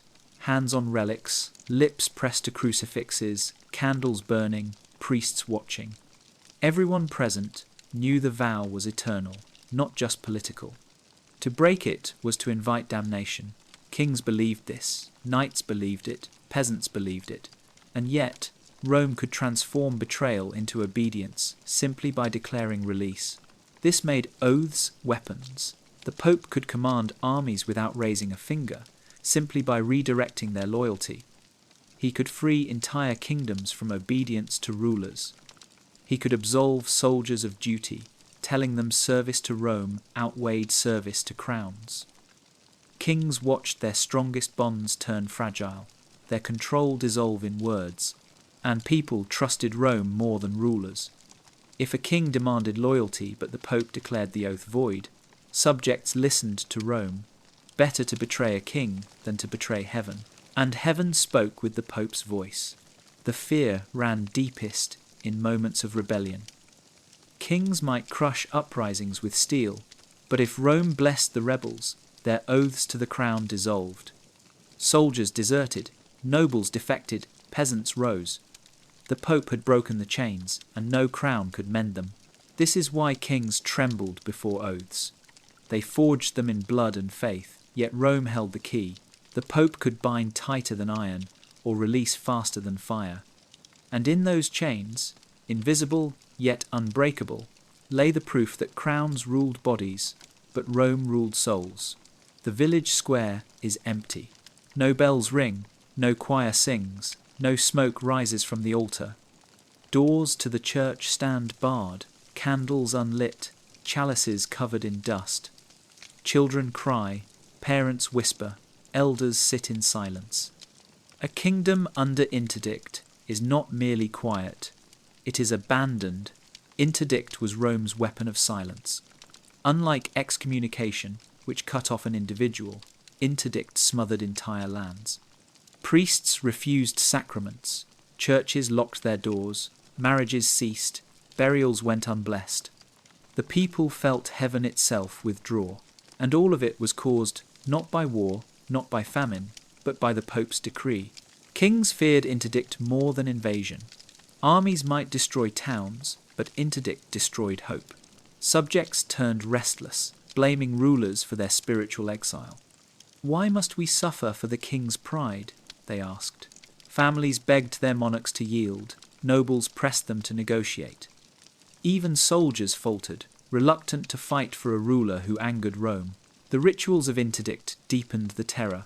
Bells that once called to prayer fell silent, holy water dried from fonts, coffins lay unblessed in earth. The absence was louder than sound, heavier than steel.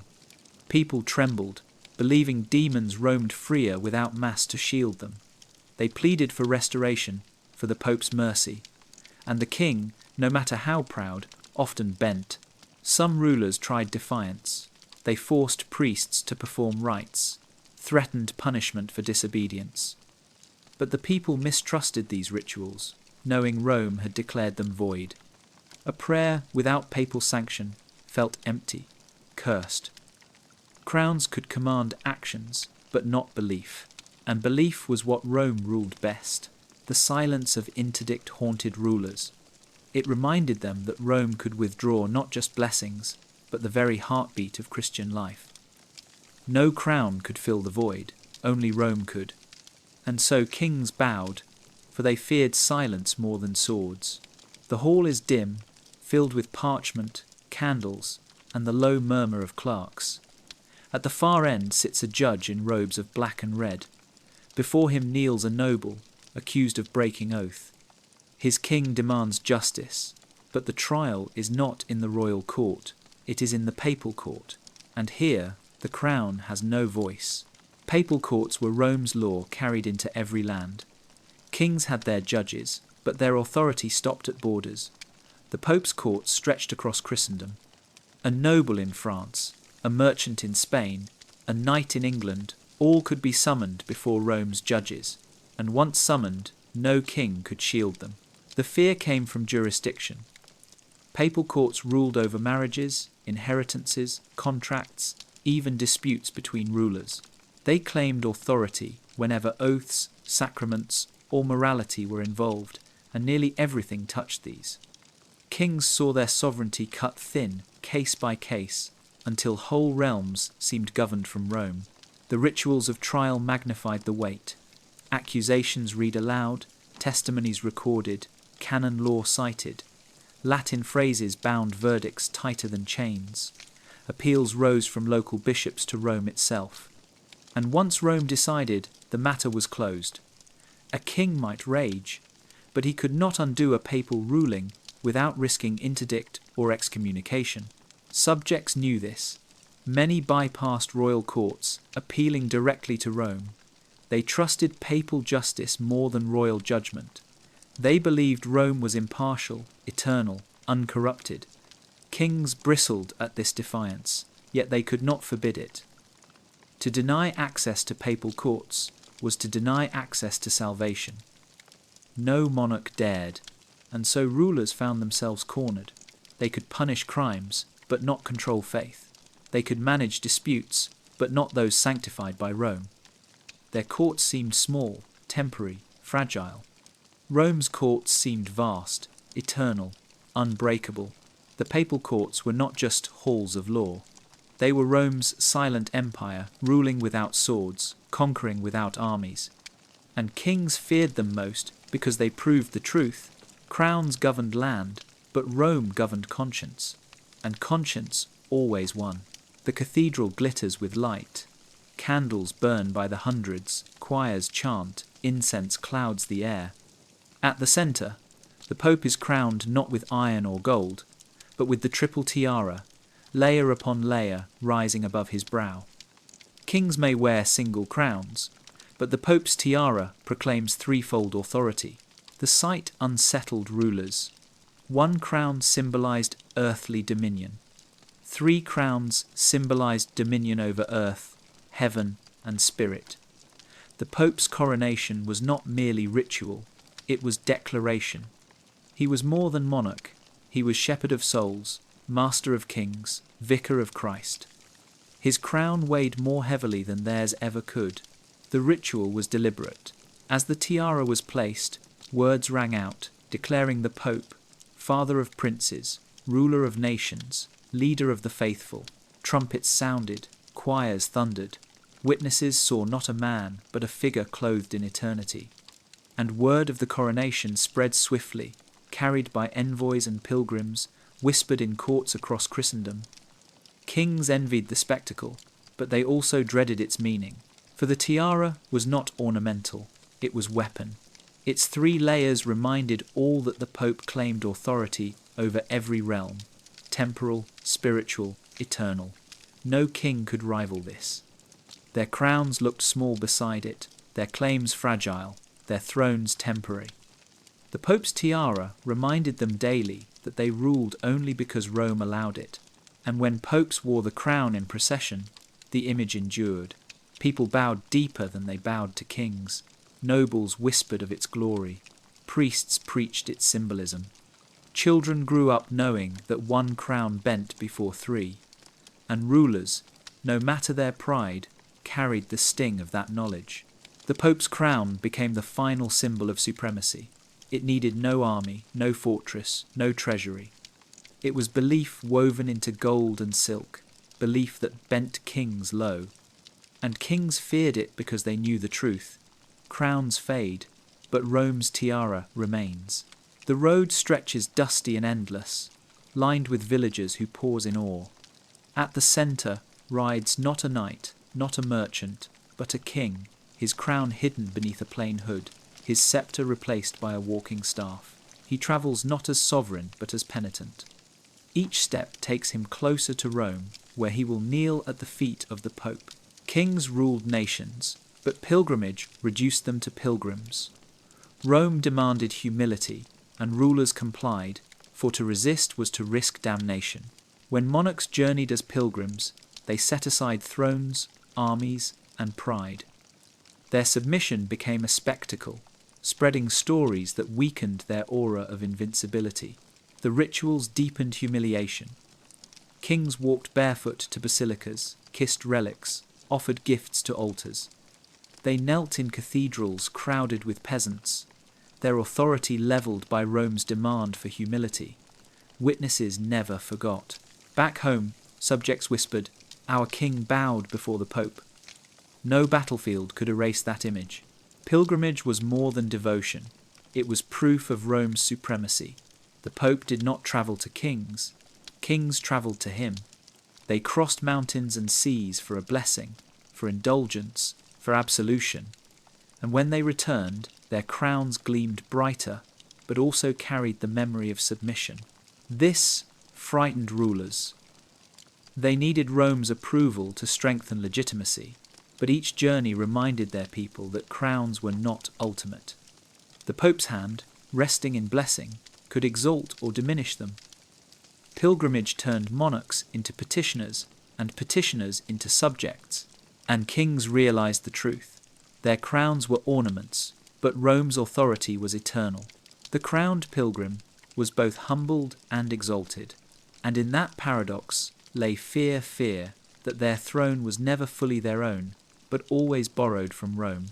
The scribe dips his quill, ink glistening in candlelight. On parchment, words flow in precise Latin, each syllable binding, each phrase eternal.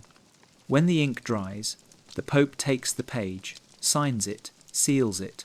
A letter leaves Rome, no sword clatters, no army marches, yet a kingdom trembles. The Pope's pen has spoken. Kings commanded with proclamations, but their words could be ignored, lost, rewritten. The Pope's letters, bulls, decrees, indulgences were different. They carried divine weight. Once read aloud, they could not be unsaid. Priests proclaimed them in cathedrals, scribes copied them in monasteries, nobles obeyed them out of fear. Rome's pen travelled faster than armies and struck deeper than blades. The ritual of writing made it sacred. Not every parchment bore papal ink, only matters of eternity, of crowns, of faith. Once sealed with wax, the letter was no longer paper, it was judgment. To resist it was to resist God. Kings, for all their armies, often yielded to avoid the shame of defiance. Subjects trusted the Pope's pen more than their monarch's sword. If Rome declared a war unjust, soldiers deserted. If Rome declared a marriage void, heirs lost legitimacy. If Rome blessed a crusade, villages emptied as men left for battle. Kings could not match this. Their ink signed treaties, Rome's ink shaped history. The fear deepened because the Pope wrote beyond borders. His letters reached every church, every monastery, every priest. A decree could leap across nations in days, carried by faith, not by messengers alone. A king's orders died at borders. Rome's words lived everywhere. This is why rulers dreaded papal ink. Steel rusted, parchment endured, and the Pope's pen, quiet as it seemed, commanded obedience greater than any crown. The hall glows with firelight. A king sits high on his throne, robes heavy, crown gleaming. Nobles kneel, servants bow, guards stand watch. Yet in the shadows of the chamber stands another presence unseen, but unmistakable. It is Rome. For every throne sat in shadow of the Pope's authority. Rulers liked to imagine themselves supreme, their words law, their will unchallenged. But behind every decree lingered the question, would Rome approve? Behind every marriage, every treaty, every war, stood the Pope's silent gaze. Kings ruled, but always as if watched. The shadow followed them, crossing borders, entering palaces, seeping into councils. This shadow grew heavy during disputes. Nobles appealed to Rome when they opposed kings. Peasants prayed to Rome when rulers taxed too harshly. Queens sought annulments from Rome when alliances faltered. Every time the Pope intervened, the shadow thickened. Kings realized their power was never absolute. They shared it, unwillingly, with Rome. The rituals of kingship proved it. Crowns placed by bishops, swords blessed by priests, marriages sanctified by Rome's law. Even thrones themselves rested on church sanction. Without papal blessing, coronations felt hollow, fragile. Kings sat uneasy, knowing the shadow at their side could either steady or topple them. The shadow frightened because it was invisible. Armies could be counted, fortresses could be measured. But how do you measure belief? How do you fight whispers, sermons, prayers? Rome's power lived in silence, in ritual, in eternity. Kings swung swords at shadows, but shadows always returned. This is why rulers feared the Pope more than rivals. Rivals could be defeated, but the shadow of Rome never disappeared. It followed every throne, every crown, every king, and in that shadow lay the truth. Crowns were temporary, but Rome endured. The chamber is small, candlelit, cloaked in silence.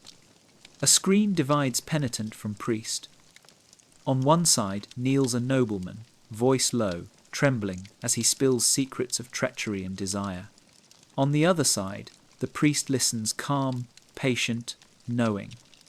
The whispers that pass through this wooden lattice are meant for God, yet they also flow to Rome. Confession was sacred, but it was also power. Kings commanded armies, but they never knew the private sins of their subjects. The Pope did.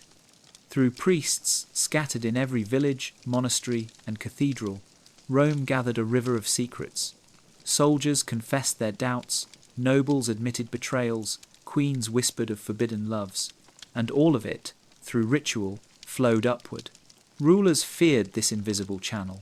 They issued decrees, demanded loyalty, punished rebellion, but confession undermined them. Nobles loyal in public might reveal disloyalty in confession.